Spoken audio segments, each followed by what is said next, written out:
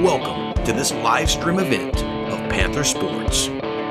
Joe Roberts, Ross Norwood, Richie Ewing, Neil Thornton. All gas, no brakes. Let's get it. Welcome to this live stream event of Panther Sports. Joe Roberts, Ross Norwood, Richie Ewing, Neil Thornton. All gas, no brakes. Let's get it.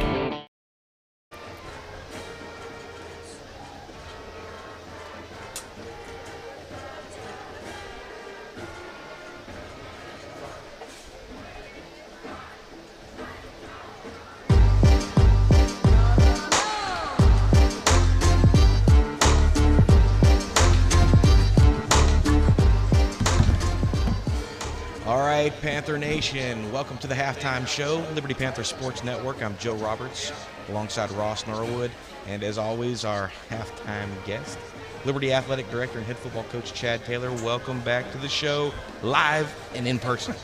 Appreciate you guys having me. Thanks. It's fun to use technology. It was fun to have you call in. It's more fun to have you here, and I'm sure you hated every second of not being here. It was memorable. Yeah, I'm glad to be back.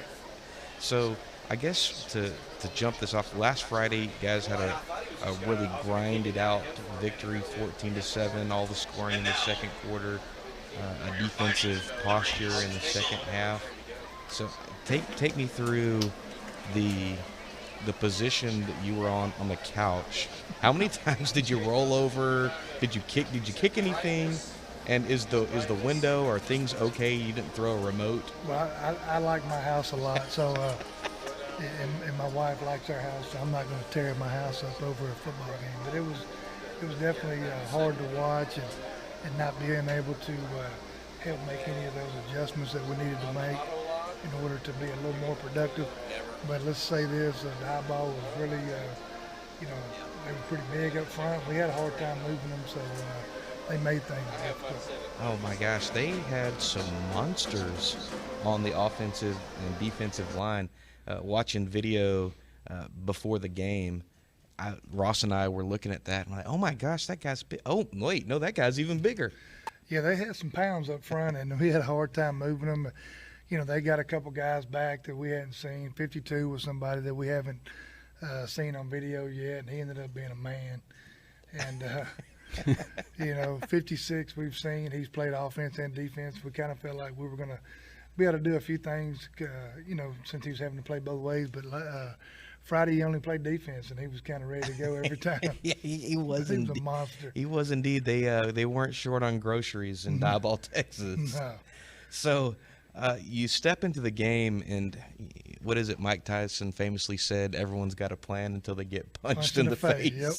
So what was the thought process heading into the game, and then how did that change during the course of the game? Well, I mean, really and truthfully, going into it, we felt like we were going to really attack the left side. They had a kid there, number 42, that we felt like we were going to be able to go after or go at, and they replaced him with 52, and it didn't work out near as well as we thought it was going to work out. You were missing some pretty key guys on the offensive line as well. Yeah, we were missing, Juan Sanchez, who happens to be our biggest guy, and he had some family issues that he was dealing with, and we'll be glad to have him back this week. And then of course we get Joel and Curtis back this week, hopefully, and Alex Valtierra back. Hopefully we can get Victor Ruiz back, give us some more depth up front, offensively and defensively, and maybe Joe Garcia. So we're scratching right now. It's always interesting when you're looking at the beginning of the season and you've got your depth chart mapped out, and you're like, oh my gosh, we got this guy and we got that guy. And then you have to start playing, find the puzzle piece. Well, and you lost Seth the week before, so that really, then you got to start moving people around. And we were, let's just say that 14-7, we're really glad to get out of there with a win. Coach, between the injuries and COVID quarantines and so forth, how do you, during the week, get people that might be needed from the JV kind of snaps or acquainted with the system Well, we've moved up at least one in the last couple of weeks to help us out. All right, Panther Nation, welcome to this live streaming event of Liberty Panther football on Liberty Panther Sports Network. I'm Joe Roberts. Ross Norwood is alongside me. Neil Thornton on stats. Producer Richard Ewing. And we will jump back into that pregame/halftime show at halftime. About 7 minutes until kickoff here at Memorial Stadium in Liberty, Texas. Your Liberty Panthers preparing to battle the Shepherd Pirates. It's homecoming week, Neil Thornton. The Liberty Panthers, pretty good, pretty bad, somewhere in between through 3 games, 2-1 on the season, looking to go 3-1 at the conclusion of this evening. Why don't you throw some stats from last week, Neil? Well, Liberty had a little better week passing last week, 2 for 6. But all the scoring that happened last week was in the first half. I wish that there was somebody or some way we could keep defensive stats because the game was actually on the field in the second half last week. Liberty's defense rose up, didn't allow any completions or no penetrations at all in the second half for Diboll, and played a heck of a football game.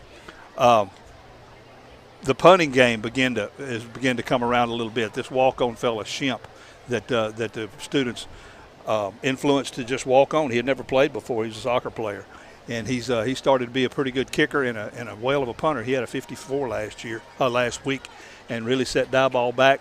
Diboll could never put together a drive, and there wasn't any scoring in the second half. Liberty comes out ahead last week, 14-7. Hopefully we can shut down the Shepherd Pirates here tonight and get the same result. All right, thank you for those stats, Neil. Getting some key players back this week. Jolin Curtis, the running back who had a really special game in the Game 1 loss against Huffman, coming back after being quarantined because of COVID. Looking for him to get back on track. Big Juan Sanchez, who was out last week because of a death in the family. Bless that young man and his family. He's back tonight. A big body that was really missing against those behemoths on that Diboll offensive and defensive lines, Coach. Defensive line for Diboll last week was very, very quick. They were hard to block. We could go straight at them, but anything going on a slant or on an angle whatsoever, they would beat us to the middle ground every time, and we couldn't get the angles on them. And here come the Panthers out of the tunnel right now. Let's see. All right, just under 5 minutes to go here, and your Liberty Panther cheerleaders coming out of the tunnel. It's homecoming week. Liberty Panthers taking on the Shepherd Pirates again, looking to go 3-1 in this non-district slate before they start district next week, hosting Hardin Jefferson. And your Liberty Panthers taking the field now through the tunnel, and they look ready to rock and roll. Last week, Caden Nolan and company did some scoring in the second quarter, stalled out. It was a battle of punts in the second half, and I know Coach Taylor was a little frustrated with that. He was actually at the house himself, not able to be with the kids through that week, and that's a tough situation. Coach Jeff Seward, the defensive coordinator, Coach Joe Slack, the offensive coordinator, taking over duties for Coach Taylor, and he's back on the sideline as of this last Monday. I see him right now patrolling the side. The Shepherd Pirates now on the field, both teams on the field. Under 4 minutes to go here at Liberty War Memorial Stadium. Again, your Liberty Panthers hosting the Shepherd Pirates homecoming week. Malcolm Goodall was a surprise running back from last week. He had, I think it was 11 carries, 114 yards on 11 carries and a touchdown. It seems like every time Liberty loses, like you're talking about the Jolin Curtis running back, with him being out, it seemed like every time they have somebody go down, somebody steps up and does just as good a job as the guy that he's taking his place. So we've been very fortunate that way. Yeah, that's Mason Goodall. Mason, what did I say? You said Malcolm. Malcolm's his father. I'm sure his dad could have done a great. He's a big guy too. His dad played tight end. His dad played center on the basketball team and tight end. So I know at some point I think we've said everybody in his family's name besides his. Mason's going to get upset with us. I bet that's not the first time he's been called Malcolm. And by the way, Mason was named the homecoming king at the homecoming pep rally this afternoon. So Mason Goodall, the senior, your 2021 homecoming king. And stay tuned throughout the course of this game. At halftime, we will be covering the homecoming ceremonies, where we will find out who will be the 2021 and 2022 homecoming queen for Liberty ISD. All right, about 2.5 minutes to go here. Both teams on the sideline, and we're going to be getting ready for the prayer and the national anthem.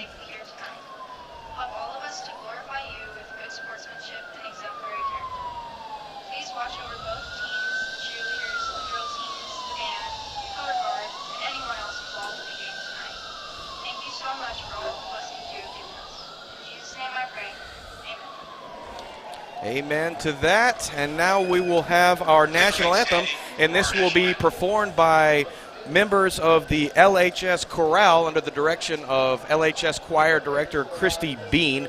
They are down on the faux track getting ready to sing the national anthem.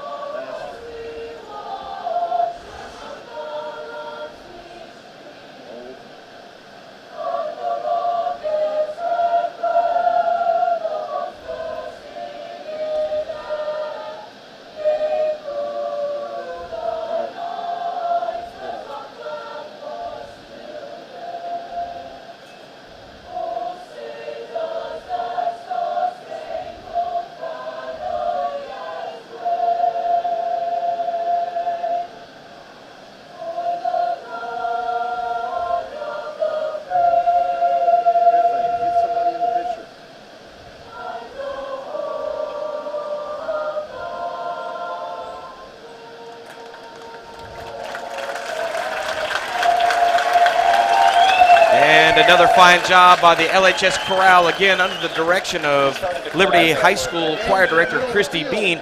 You are watching Liberty Panthers Sports Network. I'm Joe Roberts. Ross Norwood is currently on the sideline.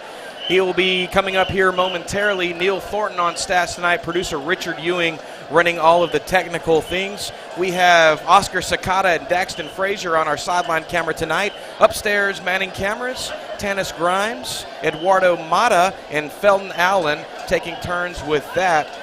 Full production crew in the house this evening, and that's the horn just moments away from kickoff. And now we have the captains. We've got number 9, Mason Goodall, number 13, William Waldrop, number 33, Titus Bell, and number 5, Austin Walker, on for the Liberty Panthers to do the captain duties. So we're awaiting what they're going to decide. And they wearing some dazzling uniforms tonight, Neil. Yeah, Gotta love that. They're not in their black. They're in their gold with the black numbers outlined in white. Ross and I were commenting on that a while ago, wondering if it'd be any easier to read those numbers from up here on top of the press box.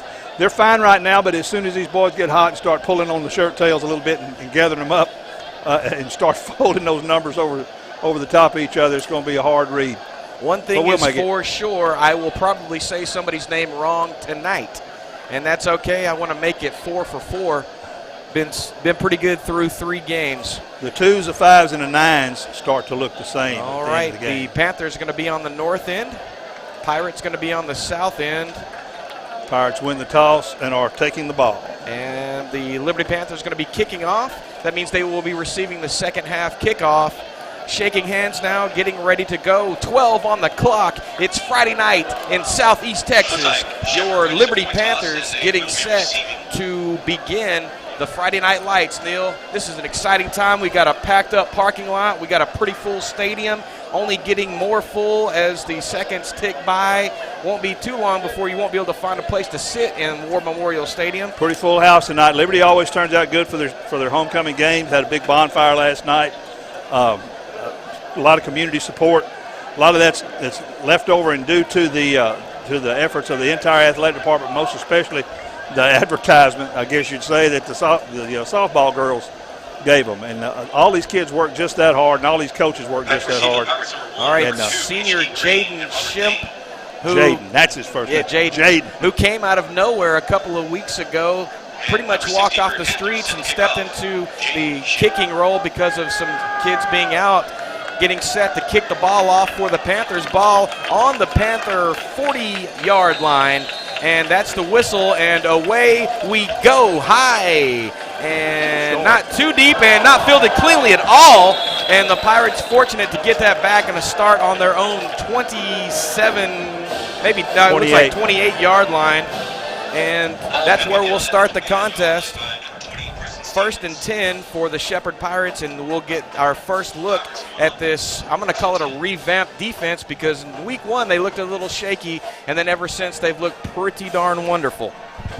Yeah, a couple of good games from linebacker core last week. Colby Ewing, William Waldrop really held them in check. All right, here we go, Panther defense. The ball going to hand off over the right-hand side. The Pirates trying to find something and going to get stuffed after about a 2-yard pickup coming over the right-hand side.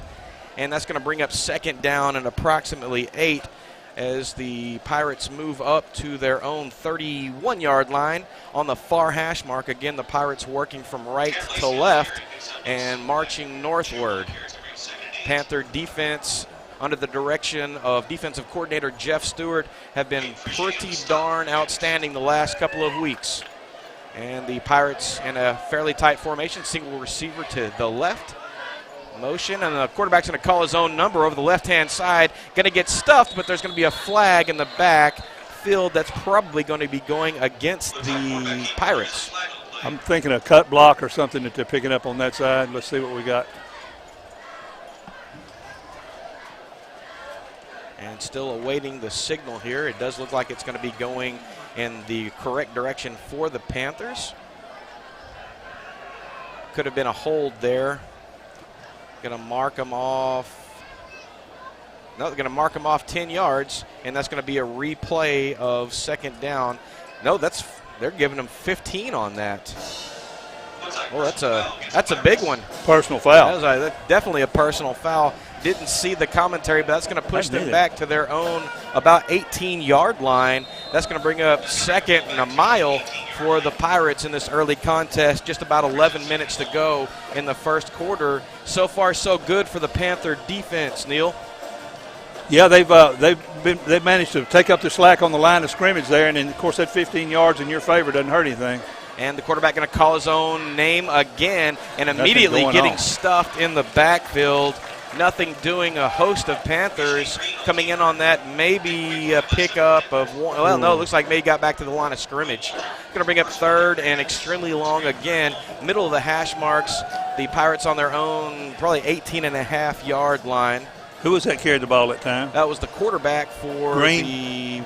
I'm going to be honest with you. You know my eyesight's pretty terrible, Neil. So whatever you tell me is what I'm going to go with. That's H.D. Green that's the quarterback, isn't that correct?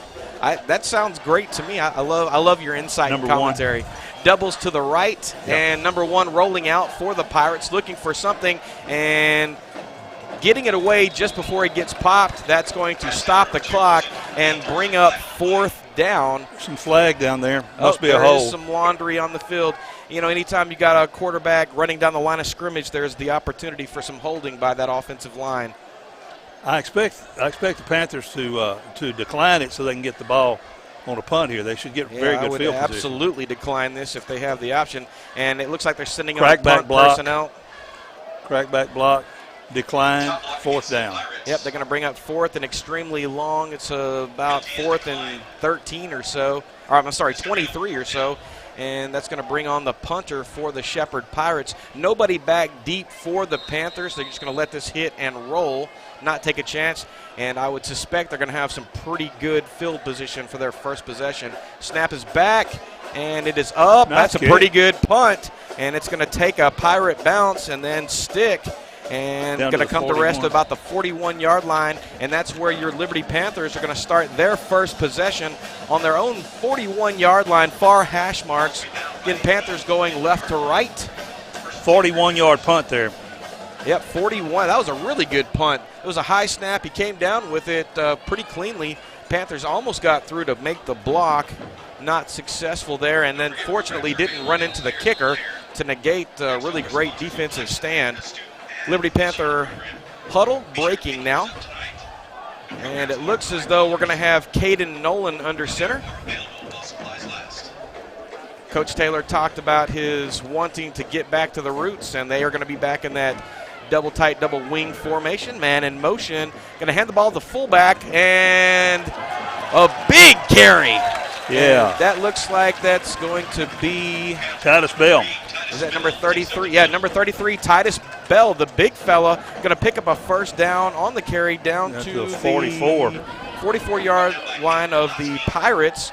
He's coming up a little tenderly. There were a bunch of Pirates that hit him. It's going to be 1st and 10 for your Liberty Panthers, middle of the hash mark. About 9:36 to go here in the first quarter. First possession for the Panthers.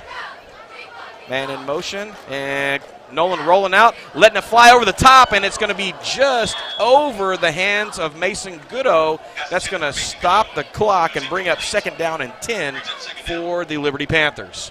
And the much sweaty and much tired Ross Norwood finally back up here from his journey to the netherworld sideline and back. Did you use the elevator? We had a slight mishap earlier in the elevator. I won't tell him your Odyssey journey there. 9:24 to go here in the first quarter. Panthers 2nd down and 10 from the Pirate 44-yard line. Nolan under center. Goodall in motion. Going to toss out to Goodall, trying to catch the outside. Going to shuck a Pirate. Find the corner. First down for the Panthers.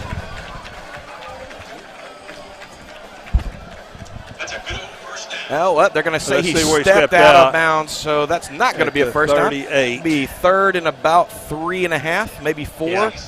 It's going to be on the Pirate, looks like that 37-yard line, far hash mark. And because he did step out of bounds, that's going to stop the clock. 9:18 to go here in the first quarter. Ross Norwood catching some water. All right, Panther huddle breaking. Caden Nolan under center. Man in motion. Goodall with the ball, following the blocker, breaks loose. 20, 10, 5, touchdown Panthers. That's Austin Walker. And Austin Walker. Oh, that is Austin Walker, number 5. I told you from the pregame I was going to say somebody's name wrong. Austin Walker being patient, had his hand on the back of the blocker, found daylight, and just like that, the Liberty Panthers opened their scoring bank tonight. 6-0 at the 9:10 mark in the first quarter. And now the extra point attempt by the Panthers. Holding is Mason Goodall. The snap is back. It's good. The kick is up, and it is no good. It's going to be just to the right. And with that, at the 9:10 mark, 6-0, your Liberty Panthers over the Shepherd Pirates. And Ross, tell us about what you saw pregame. Well, I got to see the inside of the elevator that goes from the 2nd floor down to the ground floor. That was fun. That was my first trip on the elevator. I'd been up and down the stairs about 3 times since being here, and I decided to jump on the elevator with our wireless camera, and we got all the way to the ground, but the door wouldn't open. Well, that's why we love you, Ross. You go on these adventures. You're like that one guy from the news that's always going to the different crazy places. That was super generic commentary by me. Well, I'll just say this. If there's air conditioning in that elevator, it was not working. No, there never has been. Well, apparently the elevator wasn't working. So, all right, Liberty Panthers coming out to kick the ball off again. Jaden Shemp set to kick off from the 40-yard line. Panthers striking first. Austin Walker with a touchdown run. Neil? 4 plays, 59 yards. Austin Walker goes in from 37 yards out. All right, and Shemp with the kick. It is up again. Not too deep, fielded cleanly this time at the 20. Pirates looking for some room, finding the outside, and then being brought down around the 40. It's going to depend on where he gets Very it. careful there. Going to get him right on on the 40. Ross. Landon Curry with the stop. Joe, you asked me what I saw before while I was down on the sideline. On that opening kickoff by Shemp, he came off the field, and it looked like he had just missed the kick with his toe, and you see him slip there. We'll see how that progresses as the night goes on. Are the field conditions, as expected, probably going to get worse? You were on the field earlier. What was it like when you were on the field? Well, they were excited that, getting ready for homecoming game. You could feel the excitement. Oh, the Pirates trying to come up the middle, going to get stuck quickly, and that looks like it's going to be number 13, William Waldrop, with the tackle. About a 1.5-yard pickup, going to give him 2 because I'm feeling generous on homecoming night. 2nd down and 8. Under 8:45 to go here in the first quarter, Ross. Line left him unchecked. He stepped up into the gap and just took him down. If you look at their front line setup, they're going with a 4-man front. It looks like the old flex that the Dallas Cowboys used to run. It looked really, really familiar when I used to be interested in professional football. Watch them, look. See it? Yep. Quarterback in a shotgun. Going to hand the ball off to 20 over the right-hand side, trying to find some running room and slipping a couple of tacklers, finally being pulled down, but not before picking up the first down. And that's going to be the first down of the night for the Shepherd Pirates, getting into Panther territory at the Panther, I'm going to call that the 47-yard line, far hash mark. Just about 8 minutes to go, Ross. Austin Walker had gotten hands on him but couldn't quite get a good grip to pull him down, and a good run there by Shepherd. 11-yard pickup by that young man. His name is Preston Stevens. All right, number 1, the quarterback for Shepherd in the shotgun. Going to keep the ball himself and almost get wrapped up in the back. And good job of the Panthers stringing him down the line. Mason Goodall just would not let him get outside. That's exactly what he's supposed to do. And Colby Ewing coming in to assist along with Austin Walker on that. Going to bring up 2nd down and about 4 for the Panthers, as they are now down to the Panther 41-yard line, near hash mark. Panthers so far doing a pretty good job trying to make sure that they don't get gashed too much on those runs. A very option-oriented offense for the Shepherd Pirates. Shotgun again for them. Green going to call his own name. Going to get up in that right-hand gap and going to find enough, it looks like, for the first down. And they are going to move the sticks. It'll be 1st and 10 for the Shepherd Pirates in their second offensive possession, and this one looks much better than their first. Good job by their offensive line, really creating a hole there, and their blocking on that was fantastic. And I'm just stating the obvious here. I feel like that old Saturday Night Live skit. Well, sometimes the obvious is the best, Neil. I mean, not Neil. See, I'm already saying wrong things. Well, they'll run the tailback in there on a fake, and then the quarterback right in behind him in the same hole. That's what they ran on that play. I've seen that play a lot of times. Service Academy. All right, going to hand the ball off this time up to the wing back there. And he's going to pick up a bunch of yards on that, about 9 yards on the carry. And that's going to bring up 2nd down and 1. Right now, the Liberty Panthers on their heels trying to find an answer for some of this misdirection that the Pirates are running at them. About 6 minutes to go here in the first quarter. Your Liberty Panthers leading 6-0. Austin Walker scored from 37 out, and then the extra point was missed, and that's where we are scoring-wise. Shepherd Pirates breaking the huddle. Number 1, the quarterback for the Pirates, putting on quite a show in the second possession. And a little miscommunication there. Going to have to roll out to his right, going to toss it away and avoiding the sack, and that's going to stop the clock and bring up 3rd down and short, 5:37 to go in the first. Manny Freeman got through and gave pursuit to the quarterback, and, you see that, and that's a perfect opportunity. A good job by their quarterback, though, to get rid of that football. You see a lot at this level where they panic a little bit, think maybe they can pick it back up and end up with a 20-yard loss. Yeah, he definitely didn't try to do too much there. And I'm not sure if he's a senior or not, but that seems like something that a savvy veteran would do. No, H.D. Green is a junior. Okay. Well, he's probably been in there. He was their quarterback last year as well. Okay. He's been their guy for a while. And we're going to have some whistles. Probably going to have a timeout here. Let's see who's calling it. And it's going to be timeout. The Pirates going to take their first timeout. We're going to stay here, though.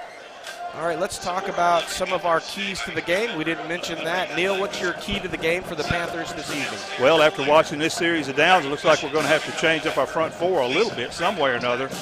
They seem to have the angles on us, and that's hard to do in that flex. So evidently Shepard's been watching a lot of films and been scouting pretty well. I think probably Jeff will change the splits a little bit on the front line, maybe move one other person up and have an actual front four or front three.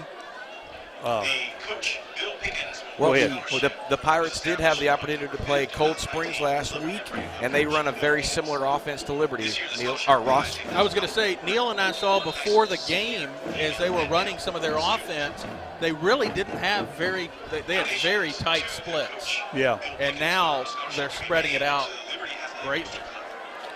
Yeah, we changed our front line just a little bit there. All right, number 20 going to take the ball over the right-hand side, going to pick up enough for the first down. Going to move the sticks, and that's going to be on the 24-yard line. The Shepherd Pirates running a version of the flex bone and doing it quite effectively. A couple of running backs in the backfield, a wing back. They're going to move those folks around just a little bit, and then sometimes they'll split a guy out at the wide receiver spot. But for the most part, they're going to try to run some misdirection a la Liberty Panthers, where they're moving running backs through different gaps and pulling different linemen. 4:58 to go in the first quarter. Pirates in the middle of a nice drive. Quarterback rolling out, trying to get rid of it, and not able to find the receiver in the flat. Almost got popped in the backfield, but able to get the ball away. That's going to bring up second down and 10, and going to stop the clock at 4:50 in the first quarter. Your Liberty Panthers leading 6-0. You are watching the Liberty Panthers Sports Network. Joe Roberts, Ross Norwood, Neil Thornton, producer Richard Ewing. Ross? And just like that, I love I think they sent a linebacker, at least one linebacker on that play and put pressure on the quarterback. But if he would have been able to throw in front of number 33 was wide open. All right, going to call his own name this time and get busted at about the line of scrimmage. There was no fooling the Panther defense on that one, Ross. William Waltrip and Manny Freeman were the two big ones on that play, along with Caleb Chandler. Picked up one. Ball's going to be on the 23-yard line of the Liberty Panthers. We got third down and 9. Shepherd Pirates trying to find some offense here and stalling in the last couple of plays. Like that trend to continue. I think they're going to bring them. And it's going to be a direct snap, and ball is loose. There we go. Still loose. Not sure who has the ball here. The Pirates seem to have the ball. The line judge on the far side of the field came running in, signaling that ball was down prior to the fumble. That's going to bring up fourth down and about 2 yards for the Pirates, and they're going to be on about the 16-yard line, far hash mark. Definitely in the territory where they're probably going to go for it. They have in the past had a kicker that could kick some field goals. I don't know if that's what they're going to do now. I don't think they are. I think they're going to go ahead and try to push this through for a first down. Number one. Snap good, and going to try to find some blockers, and it's going to be close. Well, he's going to step over the line there, and that's going to move the sticks. Be first and 10 for the Pirates, and they'll be able to get another first down before they need to score. A great block by Landon Roberts. No relation to me, by the way. Just Robbins. Landon Okay, Robbins. There he goes. Even less relation. He had a great job, and he's the one on that offensive line that opened up the hole that allowed him to pick up that first down. Liberty Panthers doing everything they can to stop this drive. Pirates have had the ball for a long time. And quarterback keeping the ball, dodging a couple of tacklers, finally slipping down deep in his own backfield. Austin Walker and Colby Ewing were right there in the event that they were getting ready to make a big hit there. And that's going to be a loss of about 3 on the play. It's going to bring up second down and 13 or so. Talking about the length of this drive, they've had the ball. That's 11 plays there that they just ran off the 11th play, and they've had it since the 9:10 mark, and it's at 2:13, so they've had it almost 7 minutes. Well, they have had it 7 minutes now. Pirates in the shotgun formation again. Receiver to the right side. Gonna hand the ball off to 20, and it gets stuffed just about the original line of scrimmage. William Waldrop came and met him, and that was a pretty big collision. That was a very large collision.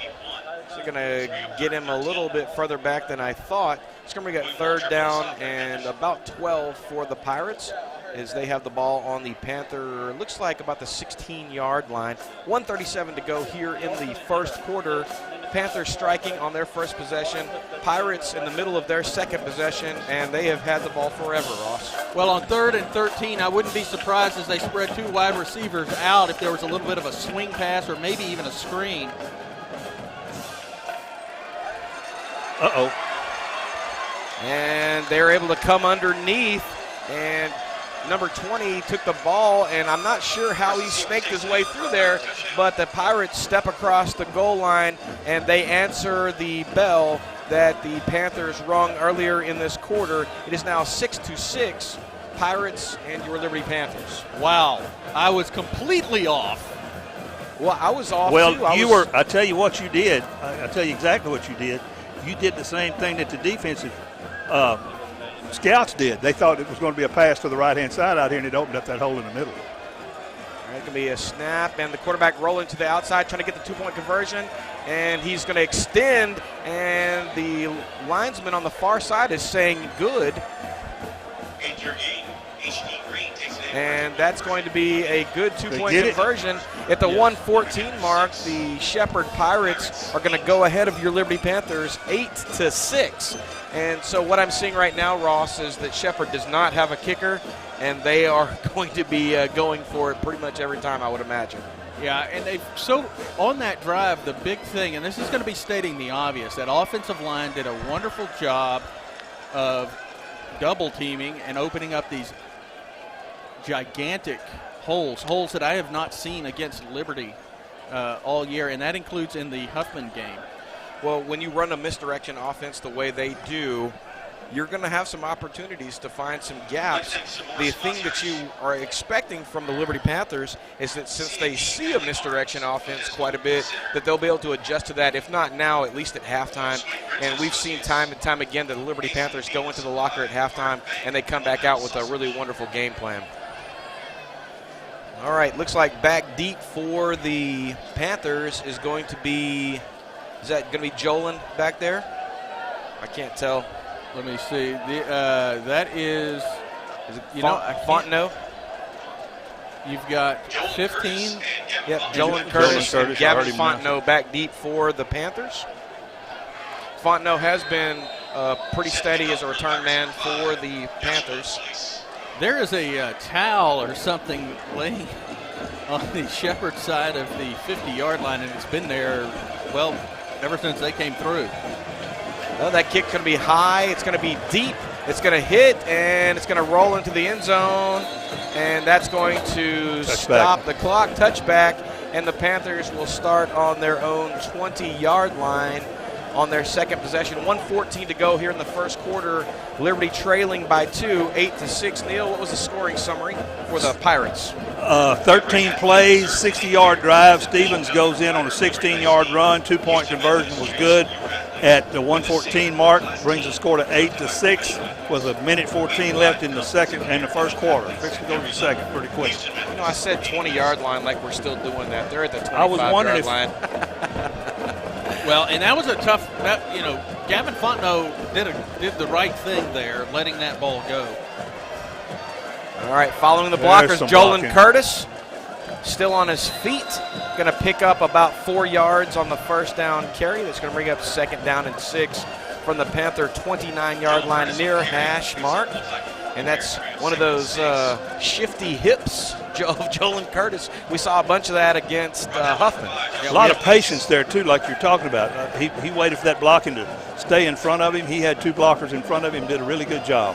His feet moving really fast, but unlike that Madisonville quarterback, patience was that run. All right, Panthers under center. And going to toss the ball and going to get caught in the background. I think that's Bankhead, isn't it? Backfield. That's Corey Bankhead, number 1. Yep, that is going to be Bankhead. Not able to get anything going there. He's going to lose a couple of yards. Going to bring up 3rd down and 8 from the far hash mark. Elijah Wyatt pulling him down. And that may do it for the first quarter. I don't know if they're going to try and get a playoff. It looks like they are not. Yep, they are not going to try and get a playoff. That's going to do it for the first quarter. After one homecoming week, your Liberty Panthers trailing 8-6. And we'll be back with the second quarter momentarily. Established in 2007, the Liberty ISD Education Foundation is an independent, nonprofit 501c3 organization whose mission is to enhance the educational experiences of Liberty Public Schools by fostering community support above and beyond what is provided by the district's own operating budget. The board of directors consists of residents, retired educators, and business people whose commitment to public education in Liberty is strong and in the best interest of every child in the school system. The mission of the Liberty ISD Education Foundation is to help Liberty ISD enrich, maintain, and expand programs needed to ensure that each student reaches his or her full potential. The Liberty ISD Education Foundation believes that investing in our students today will return excellent leadership tomorrow. Welcome back, Panther Nation. Liberty War Memorial Stadium, it's homecoming week. The Liberty Panthers hosting the Shepherd Pirates. And we are starting the second quarter. Your Liberty Panthers trailing 8-6. It's 3rd down and 8 as they've switched into the field. And we're going to get a toss out to number 3, Curtis, over the right-hand side, trying to find some green grass. Still on his feet and going to push up to about the 34, 33-yard line. That's going to bring up 4th down and a couple. And I would suspect that the Panthers are going to probably go for it. Coach Taylor is definitely Wild Bill Hickok. He is not afraid to roll the dice. Definitely going for it. The punter, Schiff, is still on the sideline. 4th down and about 2, and the Liberty Panthers opting to go for it. Man in motion, going to toss to Curtis over the right-hand side, finding some grass, going to step across the line to gain, still on his feet, going to get pulled down at about the 41-yard line. Most importantly, that is going to move the sticks. You are watching Liberty Panthers Sports Network. I'm Joe Roberts. Alongside me is Ross Norwood, Neil Thornton on stats, producer Richard Ewing. Ross? Got behind Zach Davis, the offensive lineman. Curtis did to pick that up, and a good job by Davis to open something up for it. One of the wonderful things about the Liberty Panthers is they do have a stable of running backs who all bring different and unique skill sets to the table, and that is what we're seeing right now. Under center, man in motion, Walker, and going to hand the ball underneath, and Nolan just did get that ball away, going to pick up about 1 on the carry. 2nd down and 9 or so, maybe, about 9. All right, Ross? I was going to say that's Mason Goodall with the carry, and we just talked about the stable that they have between Goodall, Walker, Curtis, and then the Bankhead, and then Titus Bell, Colby Ewing when needed, Manny Freeman. There we go. That was the name I couldn't get out of a. Panthers breaking the huddle, 2nd down and 9. Nolan under center again. Motion Walker, going to hand the ball off to Bell. And he's going to pick up maybe a yard. Going to get stuck by a host of Pirates there. 9:52 to go here in the second quarter.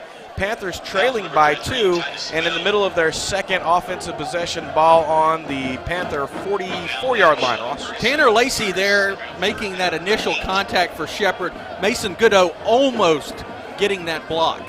Yeah, almost. Horseshoes and hand grenades, and we're hoping we're playing one of those games at some point. But the Panthers do have home run hitters back there. Caden Nolan under center for the Panthers, double tight, double wing formation. Man in motion. He's going to toss the ball out wide, finding some green grass, 50, 45, and getting pulled down. And that's going to bring some laundry here. Mason Goodall with a big carry, and they're going to tack some on, Ross. That's going to be a 15-yarder, a horse collar. And that is going to be on Joshua Souls. Joshua Souls, okay. Mason, we said earlier, Mason was named the homecoming king for the 2021 and 2022 season. He was named at the homecoming pep rally this afternoon. Quite an afternoon for that young guy. Yeah, I came to the pep rally. Nobody was here. You were in the right church but the wrong pew. We were over at the high school. That's going to be a big pickup. Well, that would explain why I sat here and waiting for everybody to show up, and finally about 3 o'clock I said, okay, I guess they're not coming. First and 10 for the Panthers deep in the Pirate territory. Going to roll out over the top, wide open. It's going to be caught. Touchdown, Panthers. Mason. And the homecoming king himself with another touchdown.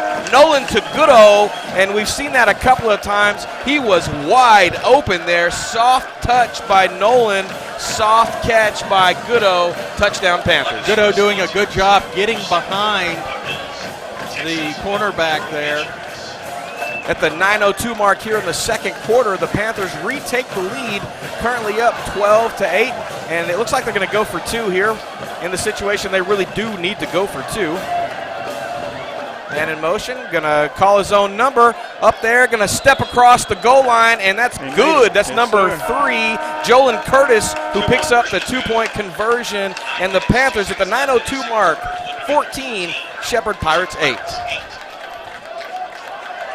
And we're going to be right back.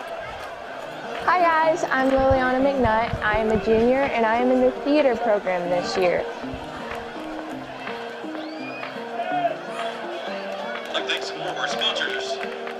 This year I'm really excited.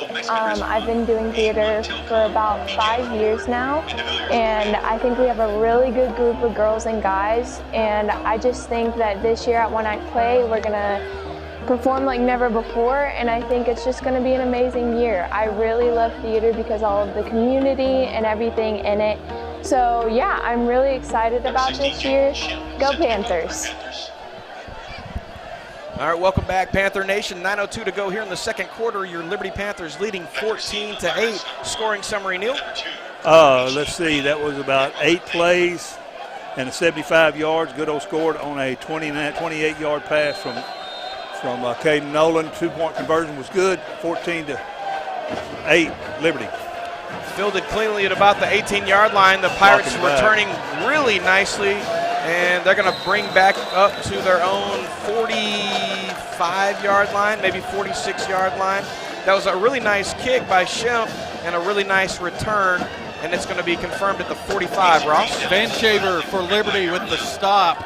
And I was going to say, right before that kickoff, head coach Chad Taylor going over to the cooler and getting a big gulp of his Gatorade, Mountain Dew. He wants to be sponsored by Mountain Dew so darn bad. I wish we could make that happen for him. If there was anyone that could do it, it would be him. I don't know any person on the face of this planet that drinks as much Mountain Dew as he does. 8:56 to go here in the second quarter. Your Liberty Panthers leading 14-8. Shepherd Pirates going from left to right, and there's going to be a whistle on the play, and it looks as though are we going to have a timeout? I don't see any laundry. No. Oh, there is some laundry on the field. It may have been a delay of game. I do see the shot clock down to 0.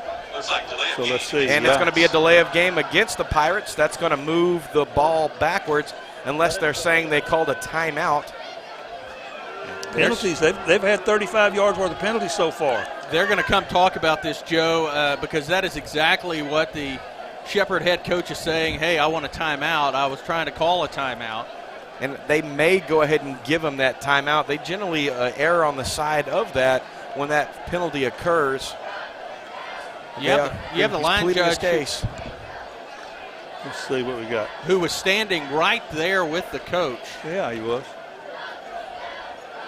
Well, the linesman on our side is over the ball. They're going to call this delay of game. Call on the field is confirmed. That's going to push the ball back to the 40. He's going to bring up 1st and 15. And you never want to start a drive out with a penalty unless you're the Panther defense and you like that. Well, it was interesting there because the line judges and the head coach were right there on each other, and you would think they would have been able to hear. Again, a flex bone for the Pirates.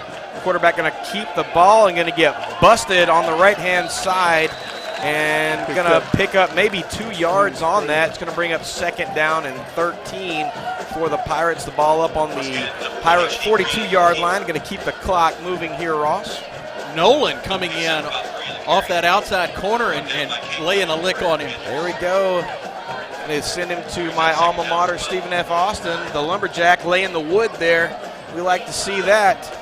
Cade Nolan getting it done on both sides of the ball. And when you're at a school this size, you have to expect that most of your star players are going to be two-way players. And Chad Taylor has some really good ones.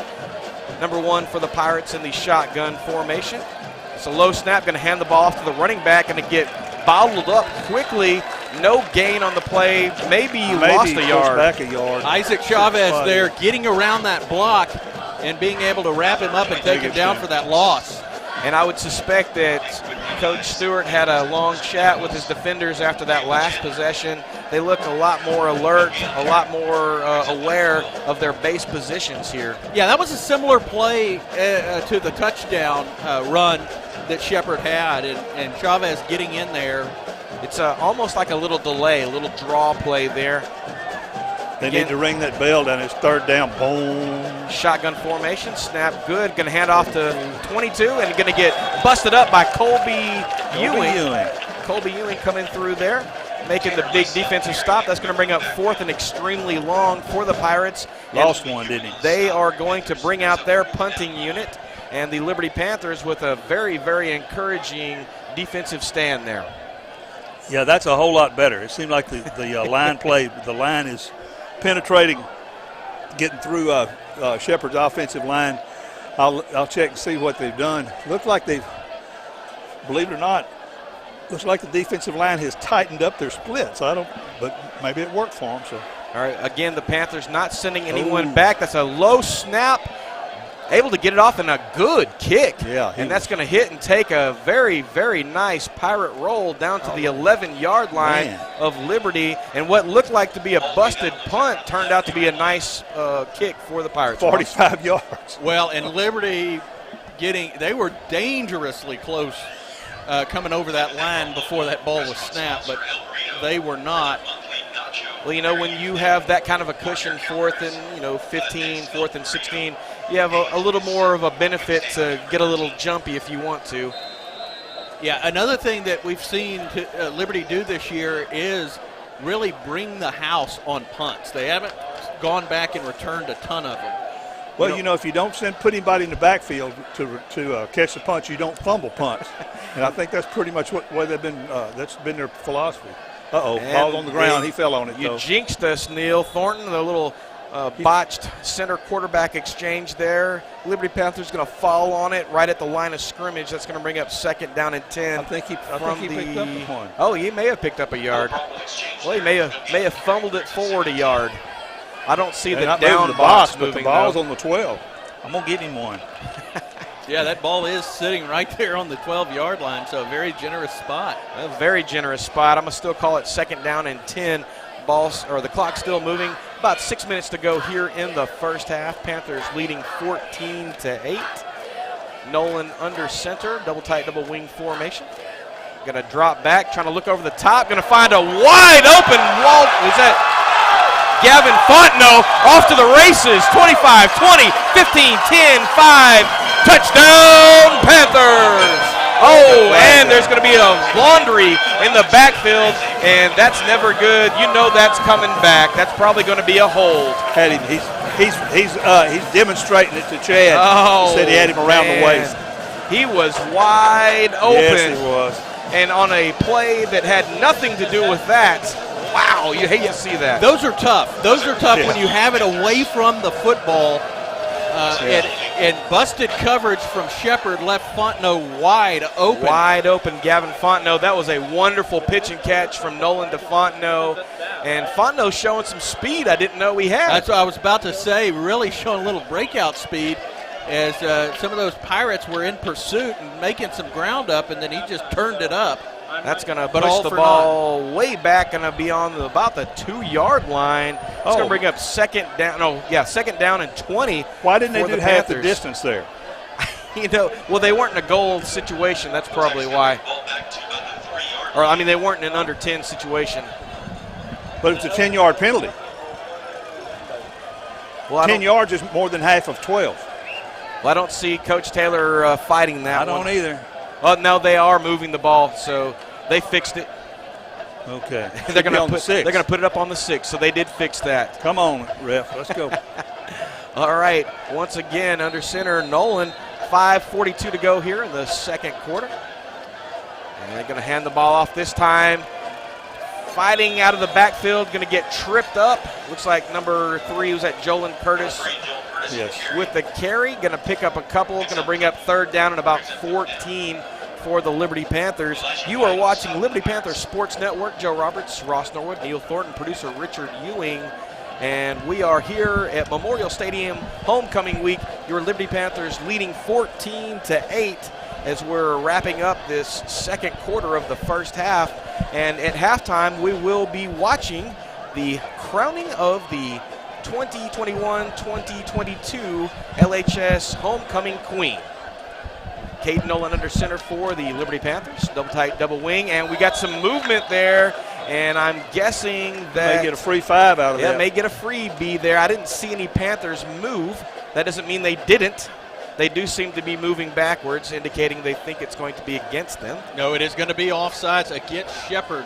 Oh, there we go. Pick up 5. Okay.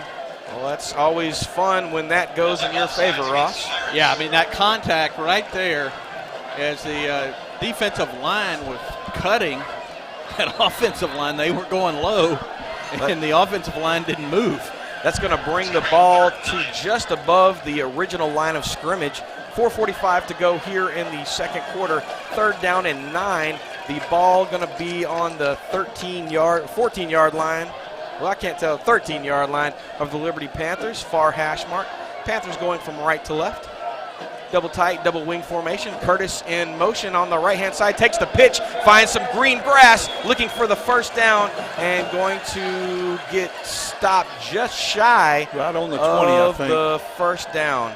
And that's going to bring up 4th and short. Titus Bell in that backfield getting a good block that allowed that play to develop. And I'm going to guess that the Panthers are probably going to go for this. Oh. Coach Taylor, he is the man. You got the lead. Clock's winding down. You're inside the 20. Well, so far they've been able to move the ball. Yeah, well, picking up multiple yards. Well, they can move it until they can't. See if they can get on offsides here. Yes, sir. There we go. They drew it. And that's going to move the ball forward, and that will be a first down. Well, that's assuming that they get the offside call. They're talking about it, and now he's turning around the correct way. That's going to add 5 to that, and that's going to move the sticks.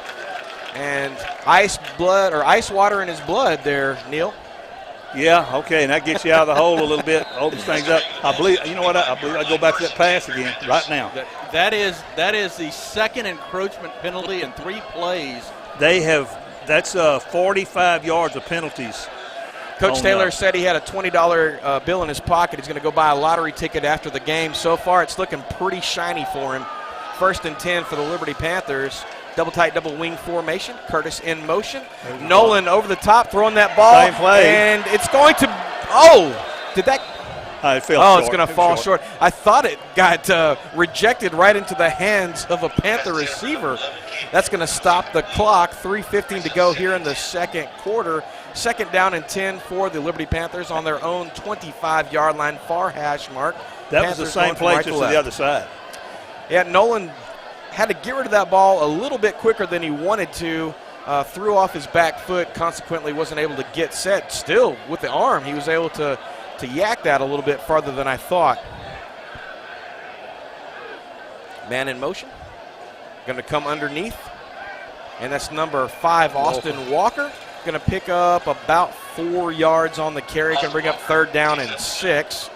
And Walker, one of several Swiss Army knives for Coach Taylor, along with Mason Goodall. Even though Shepherd has had 2 encroachment penalties on this drive, they are staying very aggressive in trying to time that snap count. Yeah, they're trying to get in there before those guards and tackles start pulling and get in there before the misdirection occurs. 2:39 to go here. Nolan under center. Curtis in motion. Going to hand the ball off up the middle to Titus Bell. Still on his feet. Throw the ball up. And he's going to pick up about 4 on the carry. Going to bring up 4th down and about 3. The ball on the Panther 33-yard line. One of the linebackers getting into the backfield and wrapping his arms around Titus Bell immediately. Bell refusing to go down. It's like that old Looney Tunes cartoon with the very large dog and the little teeny tiny dog. That's what it looked like. Okay, again, going for it, Coach Taylor. Going to hand or toss the ball out and going to break away, and there's going to be a flag. Flag's going to come in about the 40-yard line. And that was Jolin Curtis on the carry. Big pickup there. If it stands, not sure what they're going to call here. That may be a hold or a cut, a crack block. There you go. That's what I was looking for. Still waiting for the call here. The Panthers seem to believe that's going to be against them. They're moving backwards, and that is going to go against them. That's going to be from the spot, and that's going to push the ball back to about the original line of scrimmage. It's going to make it 4th down and 10, and we'll see if Coach Taylor's going to go for it here or not. About 1:48 to go here in the second quarter. First half winding down. Your Liberty Panthers leading 14-8. Again, you're watching Liberty Panthers Sports Network. We'll be with you all season long at home and on the road. If you're watching this, you know where to find us. If you're not watching this, well, you're not listening to me. Right. Tell a friend, tell a neighbor. And Liberty Panthers going to take a timeout at the 1:25 mark here in the second quarter. Again, the Panthers leading 14-8. What have you seen so far, Ross? Well, adjustments. You look at what Shepherd did on their first drive and gashing that line. And on their last drive, it was the complete opposite. Liberty's line stepping up and kind of counteracting that. For Liberty, you've had a couple of penalties, big ones, that have cost you one a touchdown and one a first down, a hold and a chop block. And you can't say that, well, if they didn't hold there or they didn't do that, well, that's great. Like you say, it happened. So now they're going to have to go into halftime and Liberty's total net on their penalties has only been 12 yards back from where they started. Well, Wild Bill Hickok is putting his holster away for this one. Going to send out Shemp to punt the ball on 4th and 10. Yeah, with 1:25 left. Yep. It's going to be very high. Nice spiral. It's going to hit and take a great Panther bounce. Keep on rolling, baby. And it's going to finally come to rest at the Pirate 24-yard line. That was a really great punt, and Shemp has been doing that the last couple of weeks. Yeah, 49 yards. Watching him before the game, he got off some big punts. Yeah, we were watching him up here. Warming up, and that is just a continuation of that. 1st and 10 for the Shepherd Pirates. Both teams, when they get the ball, have not been wanting to get rid of it. The Panthers will be receiving the second half kickoff, so the Pirates wanting to do something here in this short time frame. Well, that can work in Liberty's favor because Shepherd's going to have to get desperate here, and they'll probably start to throw the ball a little, and you know what happens when you can throw. Absolutely. And so the ball is going to be handed off, and the running back is going to make a nice little pickup as he started outside and then cut back inside. Neil, what do you say on that? That's down to the 32. That's an 8-yard pickup. Under a minute now left in the first half. Shepherd needs 2 yards. They have 2 timeouts remaining, but they are not in a hurry as they are still in Liberty territory. I can't believe they're not trying to get in more plays. He doesn't have a touchdown. Wide out to the left here. Watch the pass. All right, number 1 in the shotgun formation, going to hand the ball over the left-hand side and going to get busted in the backfield. A lot of Panthers back there, and that's going to be a big loss for the Pirates. Bo Fowler Yeah, Bo Fowler, he's a name that we've called multiple times. He's not a very big kid, but, man, he is very, very aggressive. That's going to do it for the first half. Shepherd does not appear. Well, no, we're going to get a timeout. Liberty's going to take the timeout, it looks like. Try to get the ball back? I don't know what they're doing. They're going to call that timeout. I guess Coach Taylor doesn't want to go into halftime with anything in his pocket. 19 seconds to go here in the second quarter. I can tell you exactly what's happening. If you'll watch Jeff Stewart down there. There's a little preaching going on, folks. Yeah, I think if you're Liberty here, what you're going to do is work to stop on this third down play and then force them to punt and then just send the house. Yep, send the house. Right. Go all out. He was not – something happened, and, it looked like a great defensive play from us neophytes up here in the Crow's Roost, but something he saw he did not like, and when the boys got over there close to him, he was not in need of a microphone. Yeah, and he's still not.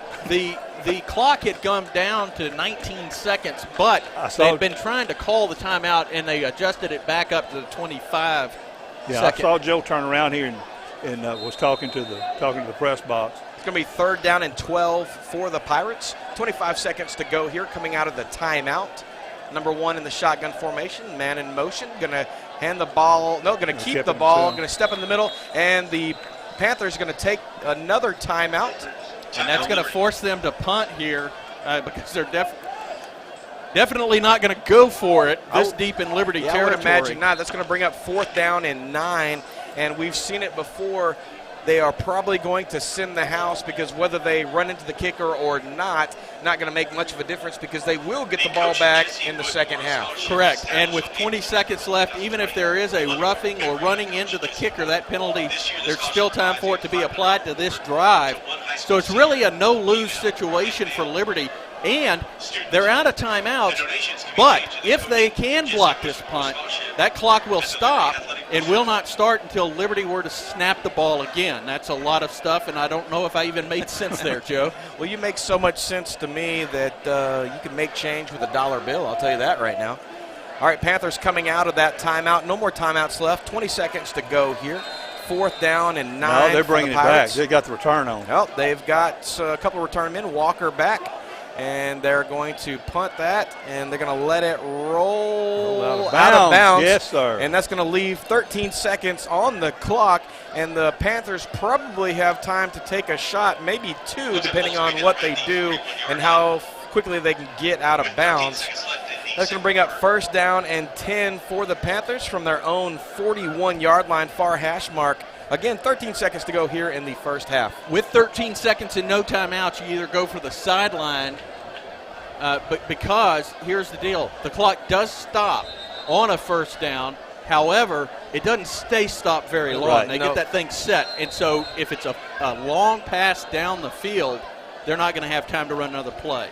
Well, we'll see what the Panthers do. They have shown that they can quick strike down the field. They've scored a touchdown over the right-hand side. Almost had one on the left-hand side.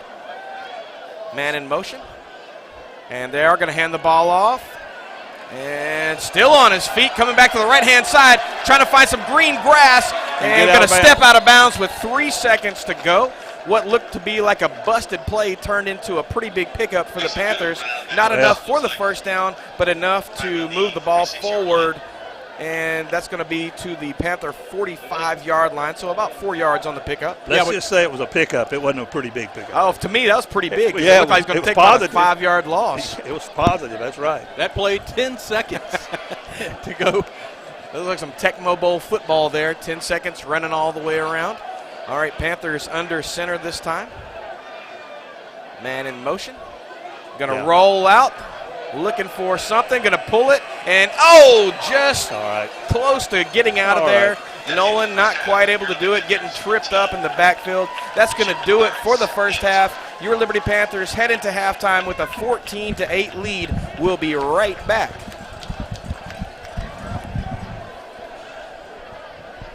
And we're going to go ahead and finish the pregame show that we started at the beginning of the broadcast, and we'll be back after that. Defensive line situation, and he knows our offense well enough that if we needed help, he could go in there. And, that's kind of the beauty of what it is we do. you know, it really doesn't take much to learn what it is we're trying to do offensively speaking. Let's be honest. It's not like being in a spread and all of a sudden your quarterback goes down like my Aggies, and all of a sudden now we're struggling. So it's just that's one of the reasons why we chose this offense. You had somebody step up that I know was not on our radar at the beginning of the season, Jaden Shemp. Yep. And he's been a big part of your special teams. He has been our special teams. Yeah, the last couple of weeks, and should have probably, at least in my eyes, one of the best punting games I've ever seen for a Liberty punter. Well, that's because you saw a lot of punting.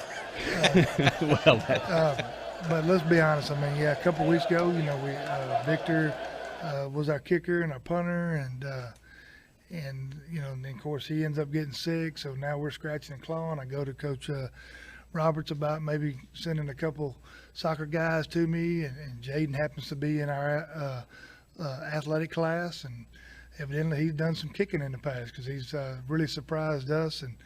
And you're right. I thought Friday he was kind of, the highlight, just with our field position. And, sometimes it's good to win a game like that. We've lost so many in the past by a touchdown or less. And so it was nice to, to not necessarily play the very best you can play and still come out on top.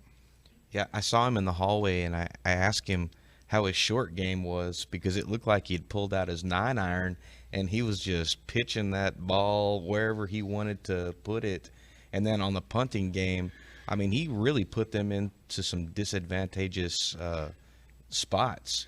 Well, I'll tell you, one of the things we did last week was try to find us a deep snapper. Mm-hmm. And so, now we ended up putting our quarterback at deep snapper, and I thought he did a good job and delivered every snap so that he could handle it. And we were able to get those punts off, and we were able to cover the punts, pretty good. So that was, sometimes you're going to have to win games, win games like that, and that's what we were able to do. Mason Goodall over 100 yards again. Man, he is just he was on our radar defensively for sure. He's just really great defender. Not really on the radar toting the rock this year, and then all of a sudden, every time Ross and I look down, we're calling his name. Well, and I tell you what, he's deceptively fast too, because he, he's got some long runs in, and I mean when he took that one counter to the house the other day, and they were coming, but they weren't catching him. So Mason has always been a good little running back, even back when he was in junior high a couple of years. He's just played defense because we haven't necessarily needed him, but we knew going into this season that we were going to need every ounce of every athlete we had, and he just happens to be one of them. And he's done a tremendous job up to this point, doing his part. And I would say, after week 3, he's probably our offensive MVP. All right. I think maybe Ross and I inadvertently called him Madison, and so that really gave him that extra bump to just really get out there and get going. She could probably play for us, too, to be quite honest. Yeah, she's a heck of an athlete as well. She's an athlete, yep. Coach, I know it has not really – well, I know it's been on your radar because you're the athletic director, but being quarantined, you're probably just totally caught up in football. Volleyball doing pretty well, right? Absolutely, yeah. I tell you what, I think I know we're 1-0 in district. We had a bye week last Friday, and I've gone to watch them play quite a few times, and I mean I'm really really pleased with the way that Coach Anderson and Coach Fitzback and their staff is getting these girls ready to play week in and week out. So yeah, it's that's going well too. I'm really excited about our cross country teams. Both boys and girls have done tremendous up to this point, and like Patrick says, he feels like we got a shot at maybe winning the district championship, and I'm gonna hold him to it. I want to hold him to it as well. Coach got a new boys basketball coach, Coach German. Talk about him real quick. Coach German is he's a veteran. He's a retiree hire guy that we're fortunate to have. His basketball knowledge is up there really high, and so last year he helped out the whole days at a Bobcat team. Go further in the playoffs, and they've gone in a long time. And so we're really fortunate to have him, and really feel like he's going to be able to just really instill a lot of knowledge, and our guys are going to be better equipped and ready to go this year. So looking forward to what he has in store for our basketball program. All right, Coach, we kind of have the misfortune of doing our halftime show before the game has started. Ross and I talk about this quite a bit. I don't know what we're going to be seeing right now through this first half, but what could we be seeing from the Shepherd Pirates? Well, I'll tell you what, Shepherd just got through beating the Cold Springs Trojans, and that's Coach Stanley. You guys remember Coach Stanley? He was my offense coordinator, and so they're kind of running the same type of offense, but he's having some issues with some COVID and stuff like that. So, but I tell you what, I think Shepherd, in my opinion, is definitely a lot more physical than they have been in the past few years.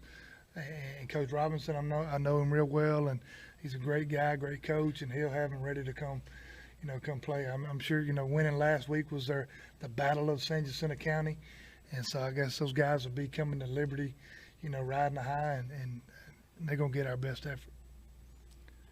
You had the game last week, a big defensive struggle. Coming into the Shepherd game, what kind of adjustments do you expect that you're going to have to make with a pretty physical team again? After watching the video, especially over the last 2 weeks, we got a lot of work to do with our offensive line, and everybody, taking the proper steps and doing things the right way. I thought the other day we were just really out of sync. From the second quarter on, we weren't really blocking very good, and so we got to do a better job of getting our pullers around and getting our quarterback out of the way. He seems to be cutting off half of our pullers, and you'll see a much better team this Friday. I'm positive. All right, Coach, last thing about Shepherd, is there a number, is there a guy that perhaps we will be seeing a lot of? Number one, Coach has not sent me the roster yet, so I can't give you his name, but number one is their quarterback, and he seems to be their go-to guy. You're going to call his number a lot, and he's pretty fast. So, we got our work cut out for us, definitely. He was our quarterback last year. We had him in check pretty good. I kind of feel like we'll be able to hopefully keep him corralled like we did the young man from Madisonville. All right, Coach. Thanks for joining us for this halftime show. Thank you for being back in person and physical. Liberty Panthers Sports Network, I'm Joe Roberts with Ross Norwood. We've been talking to Liberty Athletic Director and head football coach Chad Taylor. This has been the halftime show. Kickoff coming up right after this.